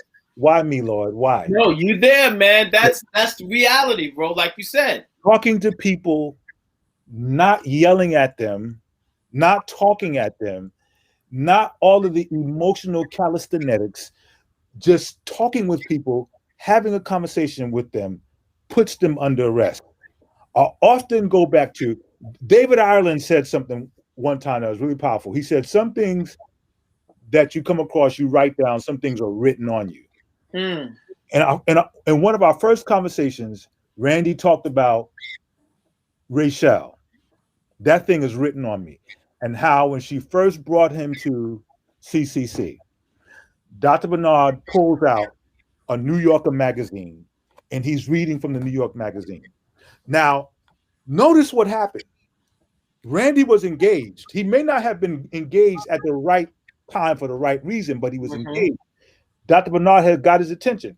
Now, Randy's reaction was, "What is this foolishness? What is okay?" And he looks at Rachel, and she's not looking at him. She's a wise woman. Okay. Yes. Her thing is, I don't care what your problem is. You're gonna get this today. Right. And the rest is history. Because Dr. Bernard was doing what we call conversational preaching, Randy went from "what is this foolishness" to now years later, you ain't getting him to go nowhere else. Right. Okay? Right. Why? Because there was a platform that was created where there's an element of entertainment, okay, but it is not all entertainment. And this is what a lot of individuals miss. Okay, preaching, giving people the word, has an element of entertainment. What do you mean by that, Darren? What is entertainment? Entertainment is an escape. It is a diversion. It is something that allows you to put your attention in a pleasurable, relaxing way on something else outside of what you dealt with for the moment. And so delivering the word of God to people has an element of entertainment. The problem is when you put the entertainment factor above the transformation factor. Yes. That's where the issue comes in. And all of this, I'm not surprised individuals don't have ear infections from all of this. Grabbing your ears and then, okay, you're gargling. That stuff hurts the throat, man. That stuff hurts the throat, okay? So, you go through all this. Listen, you put me out there, I might as well go. You put me out there, all right? That stuff, man, is like, and it's like, it's amazing that some preachers have been able to do that for years and years and years, and they've survived. But when you talk to their people, okay, this is my thing. Let me talk to you on Tuesday. What did the pastor say? I don't know. I just know we had a good time. We had a good old time. Oh, are you serious? Man, you can't be serious, okay? Whereby, when you talk to people at CCC, and other churches, there's other teachers out there. I don't want to. Yeah. You talk to them on Tuesday, oh yeah, this is what Pastor said. Okay, they get up on Wednesday and something he said is resonating. That principle is ringing in your spirit. And see, that's and guess what? I'm very sorry. For the most part, there's some exceptions. For the most part, preaching does not do that. Right. Okay, Right. it will entertain you for the moment. It looks good, and then even some instances it sounds good. I mean, there's some preachers. I mean, they could preach you into a feel-good frenzy, but you know what happened? As one of my friends used to say, all you got was some sweet pills of emotion. That's all you got. Some sweet pills of emotion. But now you get a teacher that stands flat foot and gives you principle. It's the difference between ribs and vegetables. Sure. I had a conversation. I was in a private conversation with a pastor some years ago, Had to be for Randy. And he was saying that I was asking him, he was saying how he loves teaching, and when he was asked, well, why don't you teach then? He would love to be able to teach, but he said if he did that, if he just taught, if he didn't do all the hooping and hollering, he says the people would not even receive a word I had to say. Wow. He said because they're so brainwashed into that's what they believe a servant's supposed to be, that they can't even receive it any other way. So he has to try to get some teaching in the midst of his hooping and hollering and screaming like that. I've been to some services. I've been because I've been in church my whole life. I've been in church services where the hooping and hollering is from the moment you walk in the door. From you was talking about the pastor starting. I'm talking about in the devotion service, because we didn't call it praise and worship, it was devotion. Right. In the devotion service, they're hooping and hollering. The announcements, they're hooping and hollering. Everybody, the poor organist can't get a break because he has to be on call for the entire service from the beginning to end. Hello. Even in the benediction, they're trying to get you to shout out the door. Let me share this, right? Because yes, I lovingly disagree. Okay, all right. And it's interesting. Let me tell you why it's interesting to me. Right now, I agree. I love preaching. I just don't like screaming and hollering. So to me, there's a difference, right? When I went to seminary, there was a statement made that it stuck to me, right? And it was one of my professors. He said there is the tyranny of the or versus the genius of the and, right? The tyranny of the or versus the genius of the and, right? What that means is that it's not for me, it's not teaching or preaching. It's both, right? Now, let me share this with you. I was exposed to Frederick K. Price, right? Who just passed away. Was Frederick K. Price a screamer, a yeller? No, he was a teacher, right? I was exposed to him when I was a kid. Like what kid who would listen to him for 5 minutes and not be mesmerized by this black man who kind of demanded authority, right? Mm-hmm. I get saved. I'm exposed to Pastor A.R. Bernard. Mm-hmm. Does Pastor Bernard hoop and holler? No, he's a teacher. Right. And then I become a minister, right? And I remember the first time I preached, the first time I shared the word, I was preaching. I was hooping and hollering. And to be honest with you, I struggle with that because I'm like, I was getting excited, right? And then, I said, okay, the next time I'm given the opportunity, I'm gonna relax, I'm gonna chill. And the same thing happened. The second time it happened, Pastor called me up to his office and he said, that was a great word, but you gotta calm down, right? He said that to me. He said, you gotta calm down. He said, because we couldn't understand you. Not because your excitement wasn't infectious. You lost us because you were screaming, right? The third time it happened on a Tuesday night. I was ministering on a Tuesday night. And I started getting excited, right? And I tried to calm myself down. And God said, I need you to be who you are. Wow. That's what God said to me, right? But what I had to learn to do was I had to learn how to manage my excitement, right? Because I didn't know. I was learning. I didn't know how to manage it. So I believe that there's a preaching and I don't really believe that it's all really just entertainment, because I remember on the Tuesday night I said, now the Spirit of God broke out. People were dancing. You know how CCC is. We're a little reserved. But on the Tuesday night, you should have been there. People was on the altar. We were dancing. Uh-huh. It wasn't people laying down on the, like come up for prayer. We were dancing. We let people up on the stage. Like, I saw the point that Tuesday nights is different. Oh, yeah. Tuesday night is a different experience. Tuesday nights is different. We were dancing and stuff. Elder Pointer gave me the mic. He said, "Go for it." He did. And I got on the stage and I said, "I don't scream." And Pastor, this is exactly what I said. So, and I want you to hear it, because I said, when I get excited, it's not for your entertainment. That's what I said. I get excited, it's because I'm overwhelmed at what God really did for my life. I can't be quiet about it. I'm trying to, because I know I'm a good teacher. But something comes over me where I feel almost like David, who danced out of his clothes when he said, "I'll be even more undignified than this." Right? I'm not saying that it has to happen all the time, because it doesn't, right? And I've gotten, like you said, like with TD Jakes, how he kind of, right? I think I went through a season where I needed that, and God allowed it, and guess what? People were blessed by it and changed by it. I remember a brother came up to me and he said, "Minister Reg, he was talking about how much his life changed, and he talked about a word that I gave, and he said, "I don't even remember what you talked about." And I was like, "Okay," right? He said, "I remember how you made me feel, because I felt your excitement for God, and I wanted that." You know what I'm saying? So that resonated with him more so than the word. Not to say that the word didn't have anything to do with it, because we know that it did. But so that's kind of like where I am when it comes to preaching. I understand like the difference, because I've been to a wedding. I've been to a wedding where the pastor was whooping and hollering. Yeah, dude. He was screaming at the groom and the bride. You're bad. I was like, what in the world? The whole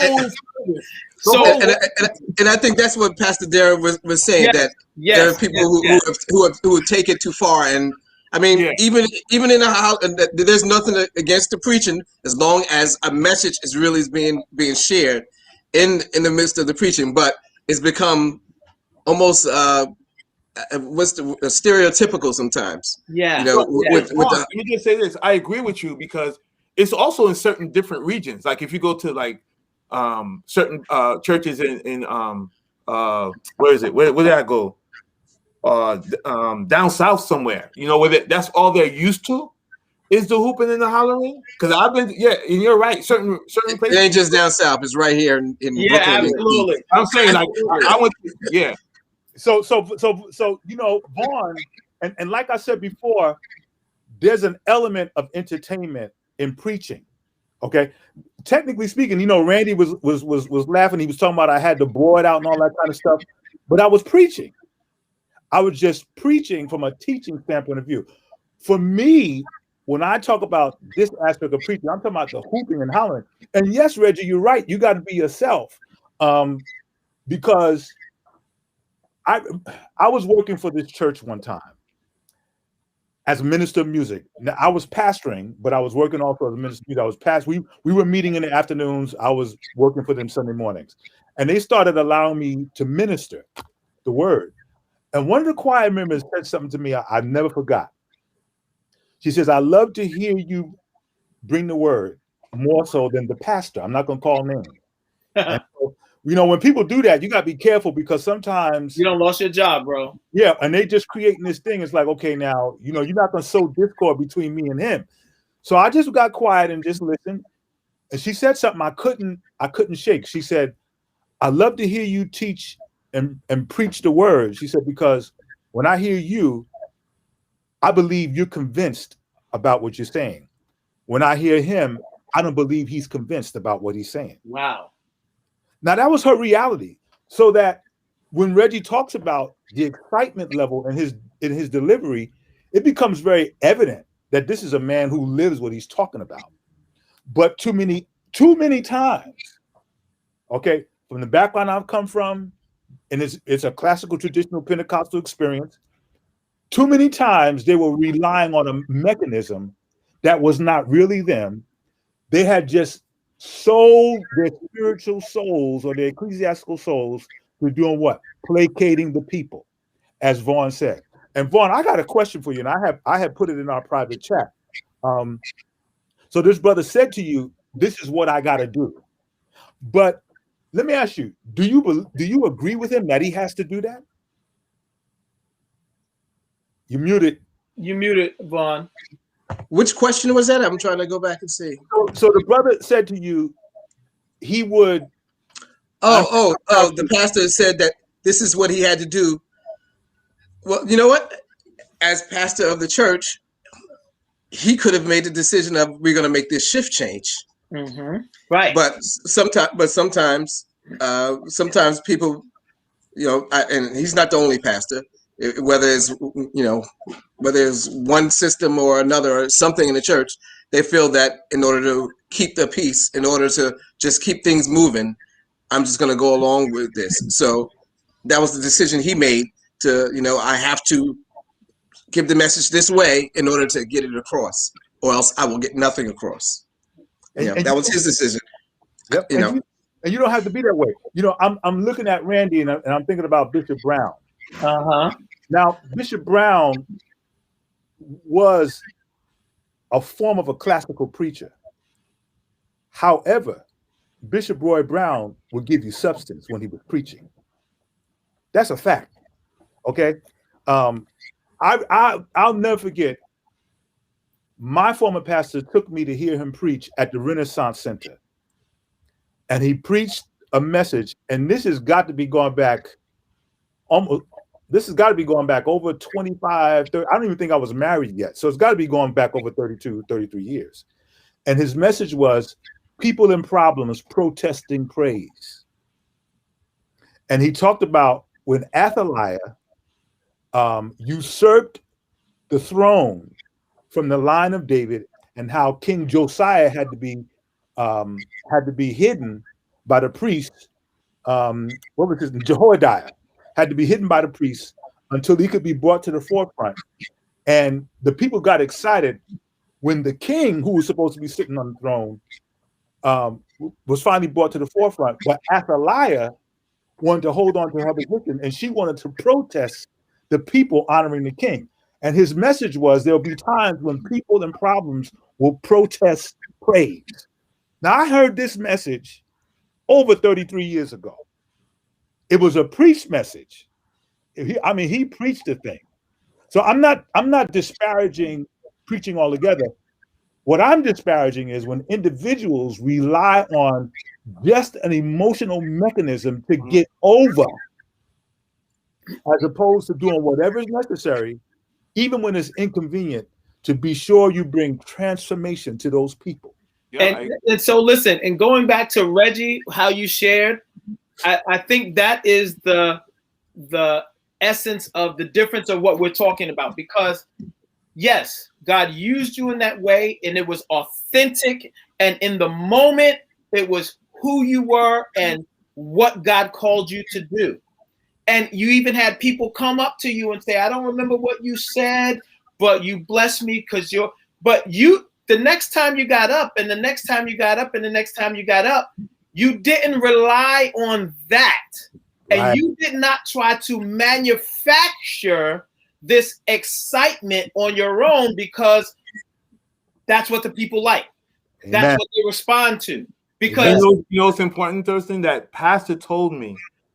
I wanted to make sure I shared that part because, Pastor said to me, "We didn't hear you. You were just you look like a screaming madman." That's pretty much what it was. Because I went back and looked at the tape. I was like, "Oh Lord, I don't even know what I was saying." You know what I mean?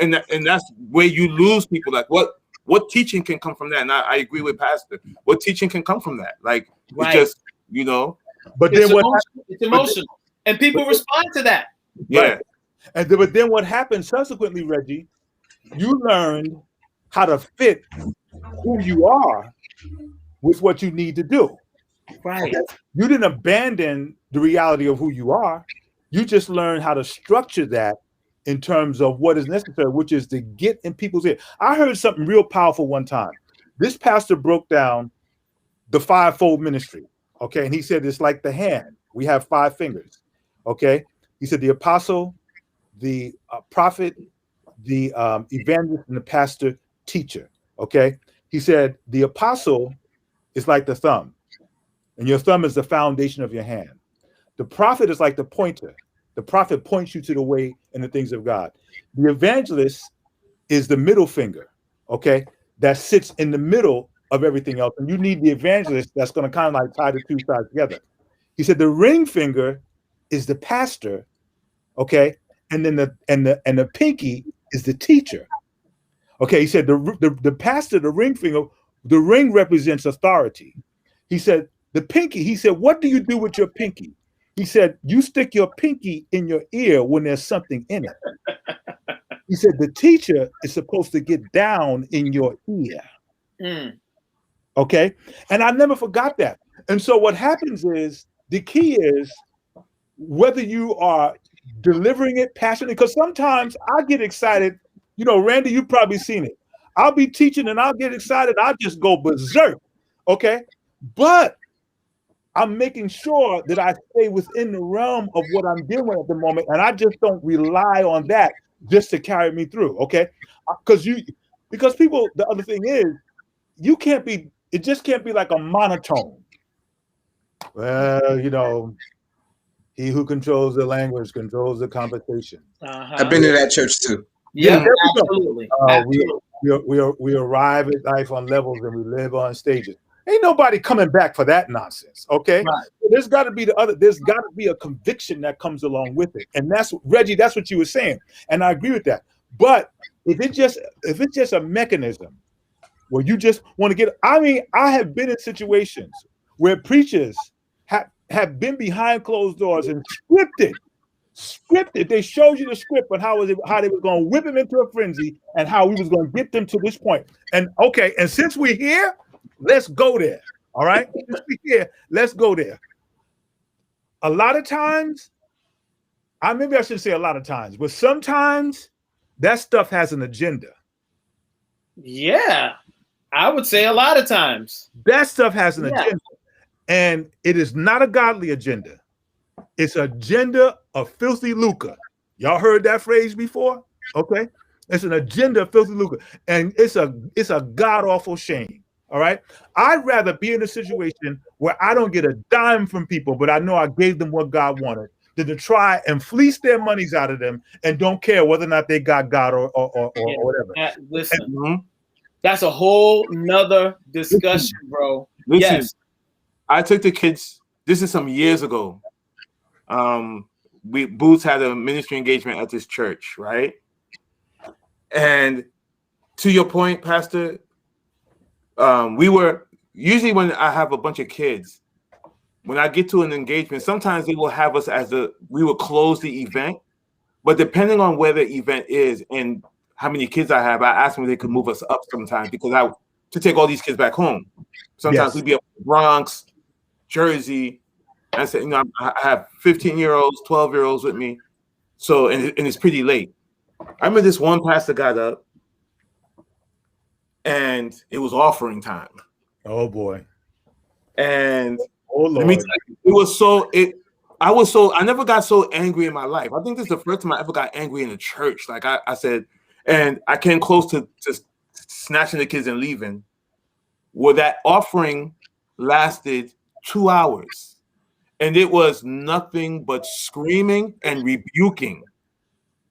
Right? Well, the pastor started rebuking the people for not being on his energy length, his energy wave. Like, you guys don't have the spirit of God. He was going in. And I remember I was standing in the back, and one of my kids turned back and looked at me, like, right? And I said, once I do this, like the kids know, once they look at me and I do this, it's time to go, right? So I put my finger up, right? And the contact person who invited us saw me. She goes to the church. She ran to me. She said, please don't leave because you could save the night. You know what I'm saying? Because everybody knew what was happening. Like, this pastor was absolutely like you said, it was of another spirit. It was not of God. Mm-hmm. And I was so angry because I want and the kids have a lot of church experiences. I bring them to a lot of different churches, and they're always free to ask me questions. What did the pastor mean by that? So a lot of things are over their head. But this one, I was like, I was beside myself. I was like, I don't know what was going on, and lo and behold, he was, somebody got him to, gotta wrap up, right? Wrap up what, and we were able to get on. But that's the first time I experienced that kind of a spirit that really wasn't of God, and that was the offering. That was 2 hours. 2 hours, dude. 2 hours. He started off preaching, and people were giving them, they were giving their offering, and then something. Then the band was playing. You know how the band gets you excited. He started riding the band, but all of a sudden something else took over him, and he began to it's like he no regard for anything except what he felt should be happening. That wasn't happening for him. Do you realize how extreme that is, guys? 2 hours. 2 hours. 2 hours. That is extreme. That is ridiculous. Under the guise of worship. Yeah. Yeah, under the guise of worship.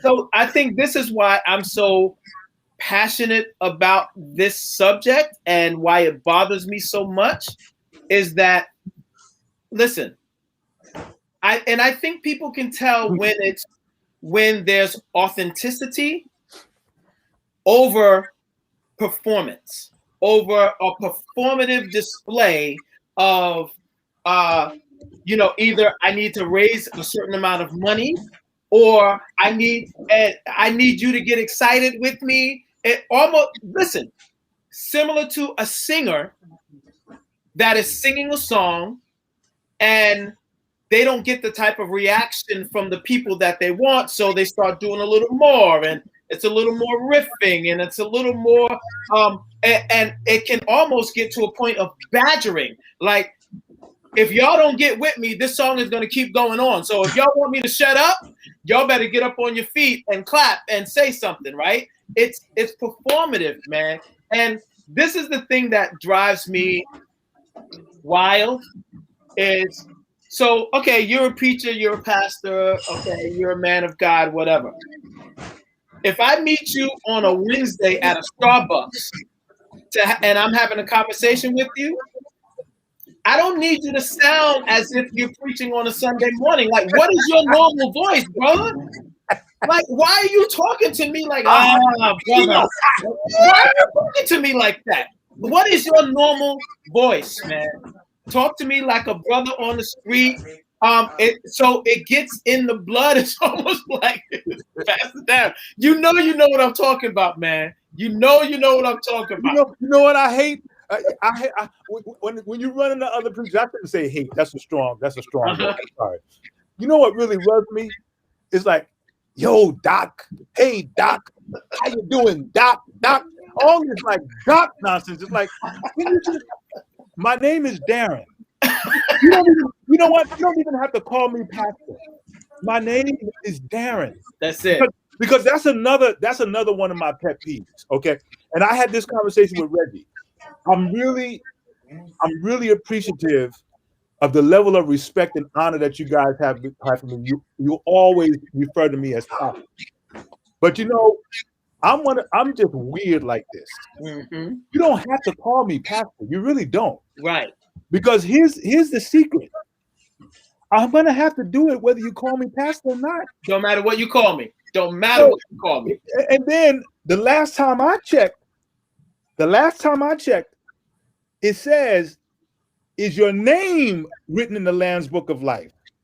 And I didn't come here with Pastor Darren E. Butler. I came here with Darren Ellis Butler. That's how I came here. That's the name that's on my birth certificate, okay? So, because Eddie Long told this story one time. This is heavy. Eddie Long told this story. He said a bunch of preachers got invited to the White House. I'm not going to tell you which administration because we don't want to go down that road, okay? We want to take the partisan out of it. A bunch of preachers got invited to the White House for a meeting. He said someone was trying to get the attention of one of them, And the person said, "Hey, Bishop." He said all of them turned their heads. But when he said the name of the person he was looking for, only one person could answer to that name. Did you catch what I said? So there's a lot of people that's just caught up in the office, but they're not working on who they are as the office holder. Okay. And your ministry will never be any better than your manhood. That's what one of my former pastors always taught me. Your ministry will never be any better than what your manhood is. So I can go and hang out with you in the smoothie shop and I can be Darren because Darren is who I am. Right. Now, in the course of our conversation, if revelation starts flowing, like it That's happened fine. here, Absolutely fine. Yes. I'm going to drop a little something on you and keep going, but I'm going to be dropping it on you while I'm drinking my smoothie. Yes. I'm not going to stop and go to get my vestments to put my cross on, and now I'm ready to talk to you. No, I'm going to talk to you in my jeans. I'm going to talk to you in my hoodie, whatever. It's just like, what happened to us that we got so caught up in this thing of ecclesia that we've lost our own identity? What happened to us? And a lot of that drives what we're talking about. How these individuals, like I promise you, when you see a pastor hijacking an offering like that, they was just looking at the church books. Okay, and if the place had a lot of people in it, they just see dollar signs and they fall for that temptation. A lot of times that's what I'm not saying this all the time, but a lot of times that's what's happened, and you can't do that. You can't do it, bro. I'm saying to myself, okay, the pandemic came, and I think Reggie, you said it changed things overnight, right? Well, one of the things that changed is there's a lot of churches that's going to have to rethink how they raise money. Absolutely. They're going to have to rethink. I just had the conversation with some of our board members, just like, do you think we even need to bother bringing the envelopes back? The church envelopes? Because everything now is what? Electronic giving. That's it. Yep. So if you didn't prepare, if you see, a lot of places got caught because there were some things they weren't paying attention to before the pandemic came. All right. So now the pandemic came, and now you're out there. If you didn't have any online presence, you got a problem. Okay. And just all these other things that have to be addressed. And now offerings is going to be a totally different thing. All right. You're not going to be able to see what's coming in because people are what? Giving electronically. And you're not going to know until you get the report for the board. You might as well just be focused on what you need to do in the moment anyway. And so this is God to provide what you need. Because guess what? If it's his vision, he gives the pro for the vision. Absolutely. All right. And so there has to be, you know, we're putting it in the context of preaching versus teaching, but there has to be a revisiting of our methodology and approach to how we present the reality of who Jesus is. Okay. Yeah. And, you know, Vaughn, I agree with you 100%. As pastors, you really do have the ability to direct the conversation. I mean, well, yes, I guess it's a conversation. I was going to say the congregation in a certain direction. You all know better than I do how many times has Dr. Bernard made significant changes in the way that CCC was going. Okay, and because he had programmed the expectation of a church, he had programmed the church with an expectation for change. He made the change as long as he wasn't taking y'all over a cliff. Y'all don't have a problem with going with it because there was a trust level, there was a credibility that was built up by him, and you all know that he's always looking to push the church and ultimately you as individuals to the best place that you can be to get what God has for you to be. And a lot of times, because I think there's a temptation there for all of us pastors to be concerned, okay, how are the people going to receive this? How are they going to process this? Are they going to go with this? Are they going to agree? And sometimes you have to take them in the direction that God is telling you to take them, irrespective of what you think they're going to think about it. Because if God is telling you to do it, then it don't matter. He's going to bear it out. He's going to prove it. If you got who you lose, you lose. Because God will replace lose some people. Absolutely. God will replace them. Guess what? They weren't yours to begin with. Right. That's another thing that drives me crazy. How many members you got, Doc? How many members you got, Doc? And you know what I say to them? I have 0. Because they don't belong to me. They belong to God. Now, God has this amount coming in the seats every week. That's what he has. But I have 0. Because guess what? what belongs to you, you got to take care of. That's it. Okay, so you got to be responsible for that church budget. You got to be responsible for them, getting healing. You got to be responsible for this. No. They don't belong to you. Now, here's the interesting thing. You got to address pastoring like it's yours, but remember, it's not yours. See, that's how you got to treat it as if it's yours, but then remember, it's not yours. Okay. In other words, it's got to become personal while remaining impersonal. Okay, I think somebody said this, before. There's some things you just can't take personal. So when we talk in this context, I don't want to give the impression that I'm just picking on preaching versus teaching, but I'm dealing with a wider reality that that the body of Christ has to begin to wrestle with. And there's some things, I'll say this, I may get in a lot of trouble with this one, but so it is what it is. Some things persist in the body of Christ because the people don't recognize when they should speak up and say, "No, we're not dealing with that." Mm-hmm. Right. Would you brothers agree or disagree with that? I would absolutely agree. Absolutely. Now, whether you do it by voting with your feet or by sending the pastor an email or whatever it's going to be, but there's got to be times you got to say, "Hey, no, we're not going with that." Right. Because pastors are not perfect. We don't know everything. I know we come across like we do. Well, we don't. Okay. Sometimes it's an insecurity coping mechanism that we come across that way. But the good ones will tell you, no, I don't know everything. And as a matter of fact, the longer I pastor, I realize the less I know. Right. That's a reality. The longer I pastor, the less I know. I mean, like, I'm amazed that God has allowed me to stay in this thing for 21 years. I'm amazed.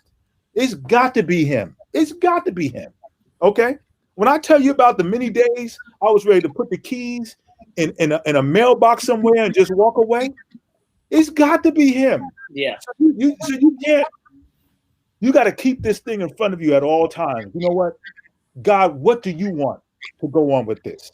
Not what I think, not what I feel. And I've become very, very comfortable with being a teacher. I just love it. Randy, the Saints know I love gadgets. They know it. I love gadgets. And so now I done figured out how to take my iPad and do the share screen with the Zoom. Oh, that's it. And I got the Apple Pencil, and now I know how to use the different colors and the eraser and draw on it, because that's one thing I always admired about Dr. Bernard with his whiteboard, because I think that's very, very effective. That's just me. Okay. But now there will be times where you can get somebody like Reggie, who'll yell you into deliverance. He'll yell you into, and it has its place. It definitely has its place. I told you that's what I said. I miss a hoop every now and then. Every now and then. I can't have a steady diet of it, bro. I can't have a steady diet of it, man. I just can't. I can't. Randy, you quiet over there, brother. You quiet over there, and I know you got something to say. So I'm gonna do this. We're about to get out of here because we're after 6 o'clock. So I'm gonna start with you, Randy. What's your take on everything, the vaccine, hooping, all that stuff, everything we're talking about? Well, we done this talked about the vaccine, but my thing of growing up in church, I realized that, again, once I said before, we become product of our environment, how we brought up. Yeah. And so a lot of the ministers, they copycat off of one another.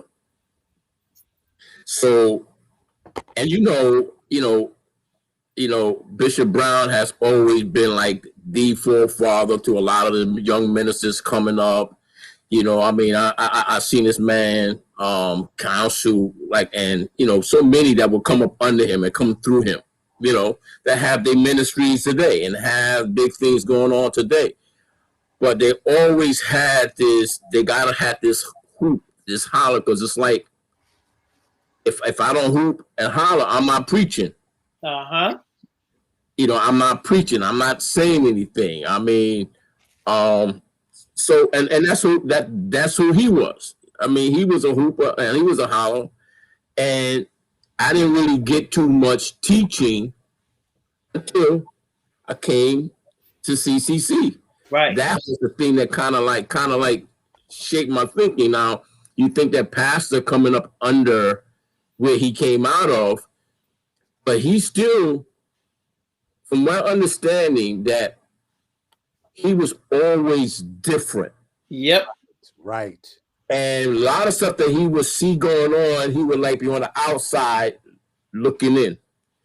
And so, from my understanding, he taught a Sunday school, and people will always flock to his Sunday school lessons because of his teaching method. Yep. Where he taught.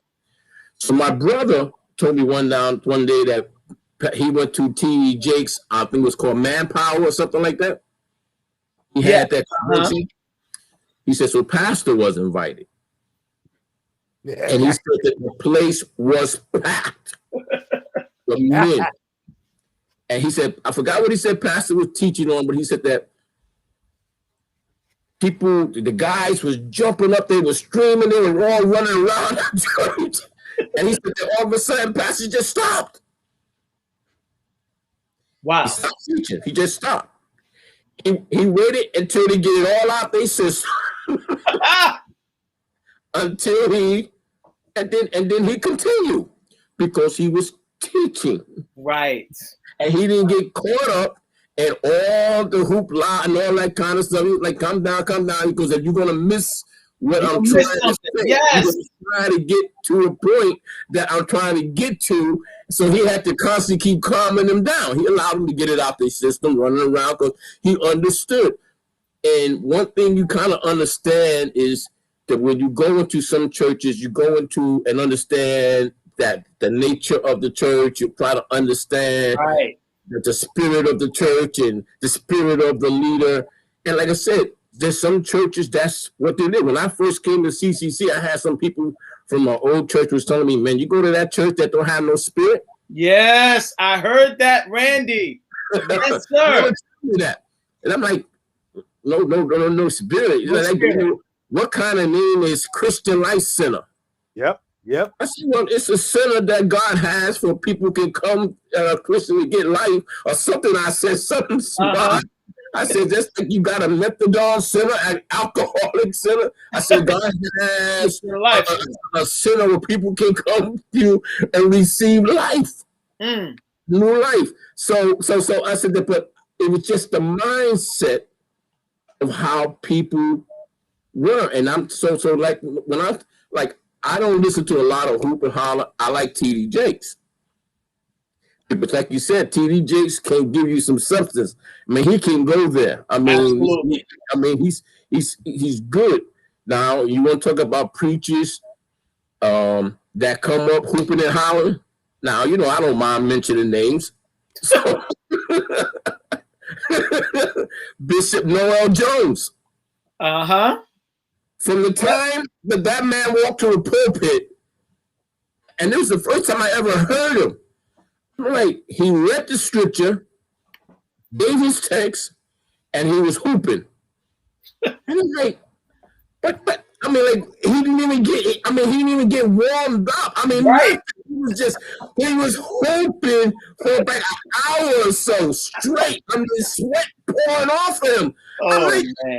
I'm like, oh my God! And people was they running around the church. I love it. I said to you, go home feeling good. You feel like if you see the devil in your living room, you're ready to kick him. I mean, they make you feel that if I see you, Satan, I'm going to kick you in your shadrach.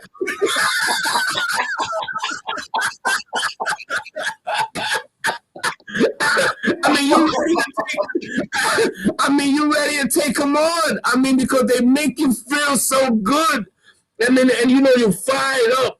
But then by the end, by Tuesday, you came down off this spiritual high, and then life done hit you again. You understand what I'm saying? So this is what's going on with me, man. So I'm so glad. Listen, I like it. but I understand the way it is. Like I said, it's like a copycat. It's just like no different than everybody want to be a bishop, people being made a bishop. You see the progression of that from even when you was a minister or minister of music, you become minister of music, professor, a minister of music, and now you're an elder, then you done got yourself a church, and then now you become a pastor, then you can move here and move there, and it's just a progression that constantly keep on going on. And so, this is where it is, man. So, I don't really get caught up in a lot of that stuff, man, and I don't allow that stuff to even bother me anymore, man. Honestly. Yo, Ernesto, you stupid. Ernesto, man. Oh boy. Oh Lord. Ernesto, man. Yeah, I don't bother. I don't let it get to me, man. Yeah. Because if it does. I've seen this guy I knew today. He was preaching and hollering, and they like, preach, Bishop, preach. And I'm like, oh Lord. And I'm not understanding nothing that this cat is saying because he's too busy doing that. So yeah. Good, man. That's what it is, man. That's what it is. Listen, I think it's gonna be around for as long. It's been around forever, man. So if it works for them, it works. If it keeps the bills paid and some people can receive from it. Listen. Hold on. Let me just say this. Also, when you were talking about with the offering, the reason why the offering, like there's some ministries they say that they seen the offering grow more, since being out of the church. Right. That's because the check's not bouncing. To pay that rent. You don't have to pay that bounce check fee. So when you pay it online, it ain't gonna bounce. So you ain't writing no checks, and checks ain't bouncing. So now what you get is what you get. That's it. Make it work. Make it work. Lord have mercy. Lord have mercy. Thursday, what makes me the saddest is there's a show. I actually saw the commercial last night. I'm not with it at all. I'm not gonna even. I don't want to mention it, because it makes me sad because it's a sitcom that's coming out that's gonna mimic the church. Wow. And when I saw it, I immediately I was like, oh man, God, I thought, when are we gonna get past this? You got somebody playing the pastor, so you're gonna have an image of a pastor, and he had long hair, and you know what I mean. And this family, from what I saw from the commercial, is a Christian family, right? It's supposed to be a Christian family, but it's a comedy, so you're gonna get what you're gonna get. But that's something that I wrestle with all the time. Like how the church is always portrayed, even in serious movies. Even in serious movies, I see where they have some, how faith looks. They always make faith look creepy or spooky, right. or very, very cultish. I've never seen very few. They're out there. Very few movies that capture the essence of what faith looks like, and you know what I'm saying. But man, so just bringing up that conversation, man, Do you think that the church brought this on themselves? That's a good question. It's a good question. I really don't know how to answer. That's a good question. But that show that Oprah had on OWN called Greenleaf? Yep. Yeah, I never watched that. I don't watch any shows that really deep faith. It just that was really deep because you had a lot of pastors, like they were all pastors, first ladies, and they was doing all kinds of stuff. But yet still talking Bible, preaching Bible, but their lives was totally different. And it really brought a shame when you saw it. That it spoke a lot of truth of what was going on inside the church. So my thing is, does the church, like I said, do they have to take the blame for a lot of the stuff that they show people see? Yeah, listen, I can tell you, I wasn't committed viewer of Greenleaf, but I watched some of it, and some of it really hit home. Some of it was stuff that I've seen. Yep. I've heard these conversations.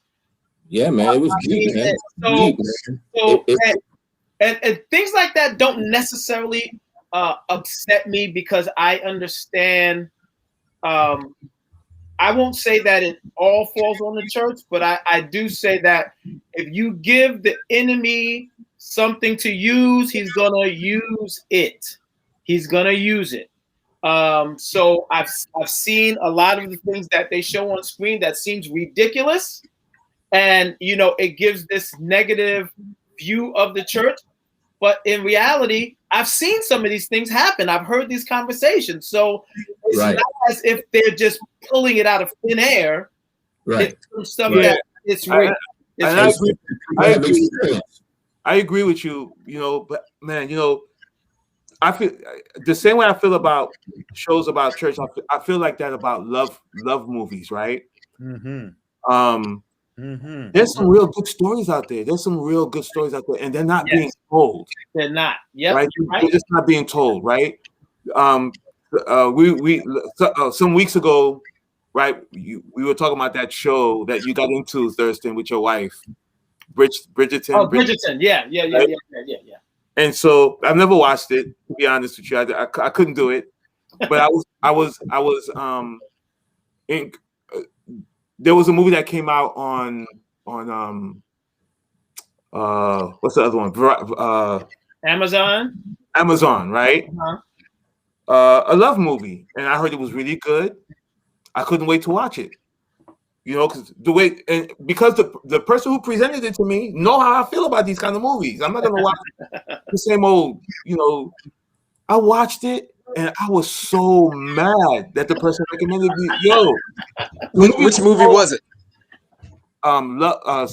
Sylvie's Love or Sylvia's Love. Oh, I heard that was good too. It wasn't.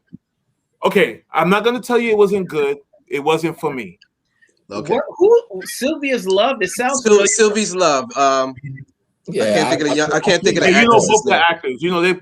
I think the guy is in Bridgerton. I think the guy plays in that movie, and the girl she played in. That's like he's a football player, right? That's why with the guy. He's a football player. I think he married to. I don't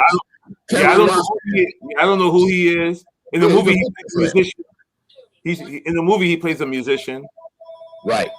I don't want to give away the plot, but it wasn't what I expected. I thought it was gonna be a beautiful love story, like an honest, true.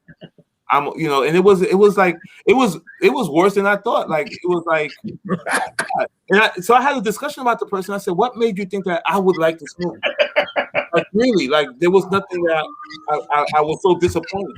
I wanted to like it, and I was so disappointed. So that's me. I know that I'm a. My wife tells me I'm different all the time because I'm very. I believe that there's so many beautiful stories out there. Right. But there's so many. All the negative ones, or like you said, like that's right. Like so, Randy, to answer your question, I don't know how to answer that question if we deserve it or not. I know that art imitates life. We're taught that, right? People kind of draw from what they see and they exaggerate it, right, on screen. Yep. Whether it be, and there's no whole limits. People make fun of everybody, right? People make fun of Christians, Muslims. Yep. Please, nobody, no topic and no genre is off limit, right? I just personally so tired of it. That's me. No, Pastor Butler doesn't watch. I know you say you don't watch too much movies anymore. I couldn't understand that because it could drive you crazy. I mean, that's why you, Pastor Darren, Thurston, Vaughn, y'all got to make your own movies, your own love stories, and get it out there. Yes, listen. Your life is the principle, your own story, where you have to get out there and let people see,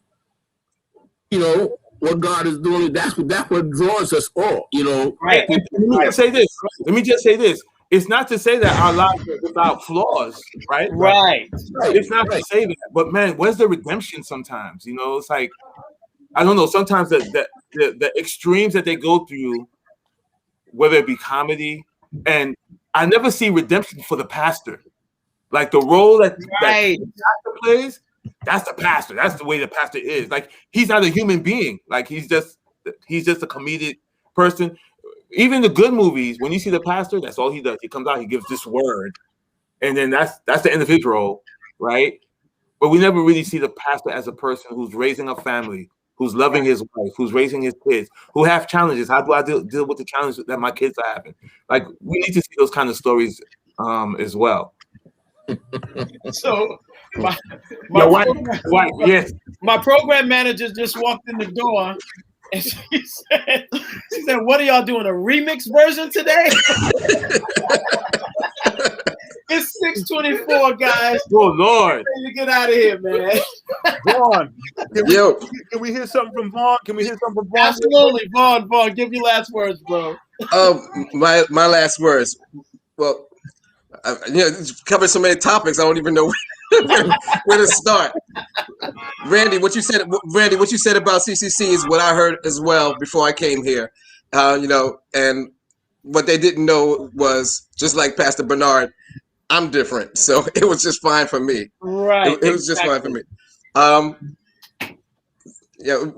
think we've covered enough about the church and about pastors copying and the and their behavior and the way they act in church being caricatures. That's what it is. The caricatures of themselves and of what church should be like.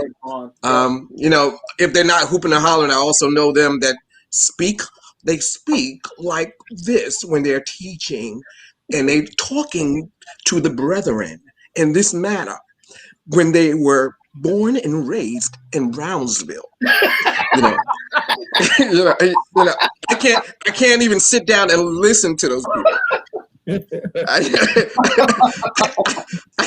I can't listen to those people. But to make it short,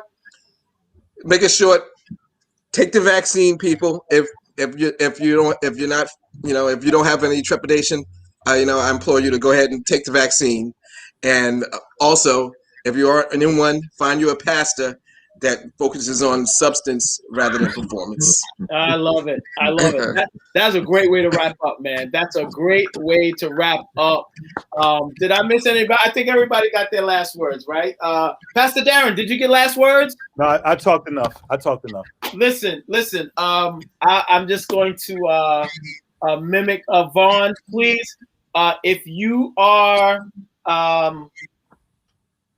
averse to getting the vaccine, please do not feel like our community is judging you or anything at all. Everyone has their reasons for or against, but what we will say is do what you think is best for your safety. Even if you do get the vaccine, continue to be safe, wear your mask, follow all the protocol, and we will continue to fight and speak out about making sure that people have access.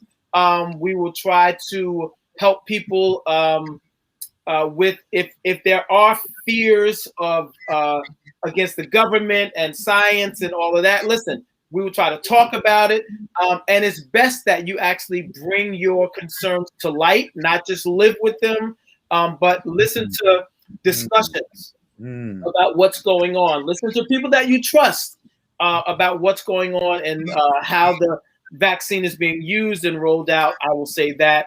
And, it's an age-old discussion. When you talk about preaching and hooping and teaching and all that, it's an age-old discussion that I have had for as long as I can remember. I can deal with it. I can deal with it at times, but, I can't have a steady diet of it. That's just me. Some people love it. Some people, it's for some people. So again, I hate to come off as overly judgmental. I know it comes off that way, but I'm just sharing how I feel. And I appreciate the different viewpoints that are always shared here. Again, I go back to what I sort of like what our motto is here. You don't have to agree, but you have to listen. We share our heart.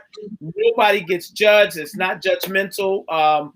Everyone's able to share what they believe, what they think, and that's what I love about the show. Thanks everybody for joining us online. We really appreciate it. Please share the platform. Let your husbands, your brothers, your sons, your cousins, let them know that it's some real brothers here talking about real issues every Sunday at 4:00. Brothers like us, Living Out Loud Radio. Yes, Randy? Very quick. I just want to ask your guys to keep my wife in prayer. She goes in have an operation, I believe, on Thursday. Okay. Major operation where they saying that she might be out for about 3-4 hours. So she having some work done, some things have to be done. So just keep her in prayer. Absolutely. Reggie, Pastor Darren, y'all want to pray? Go ahead, Minister Reggie. Father God, we just thank you right now that all is already well because your hand is upon it. We thank you for her healing. We thank you for the procedures that is being done. We thank you for the doctors that you already chose. We thank you for the care that she will receive.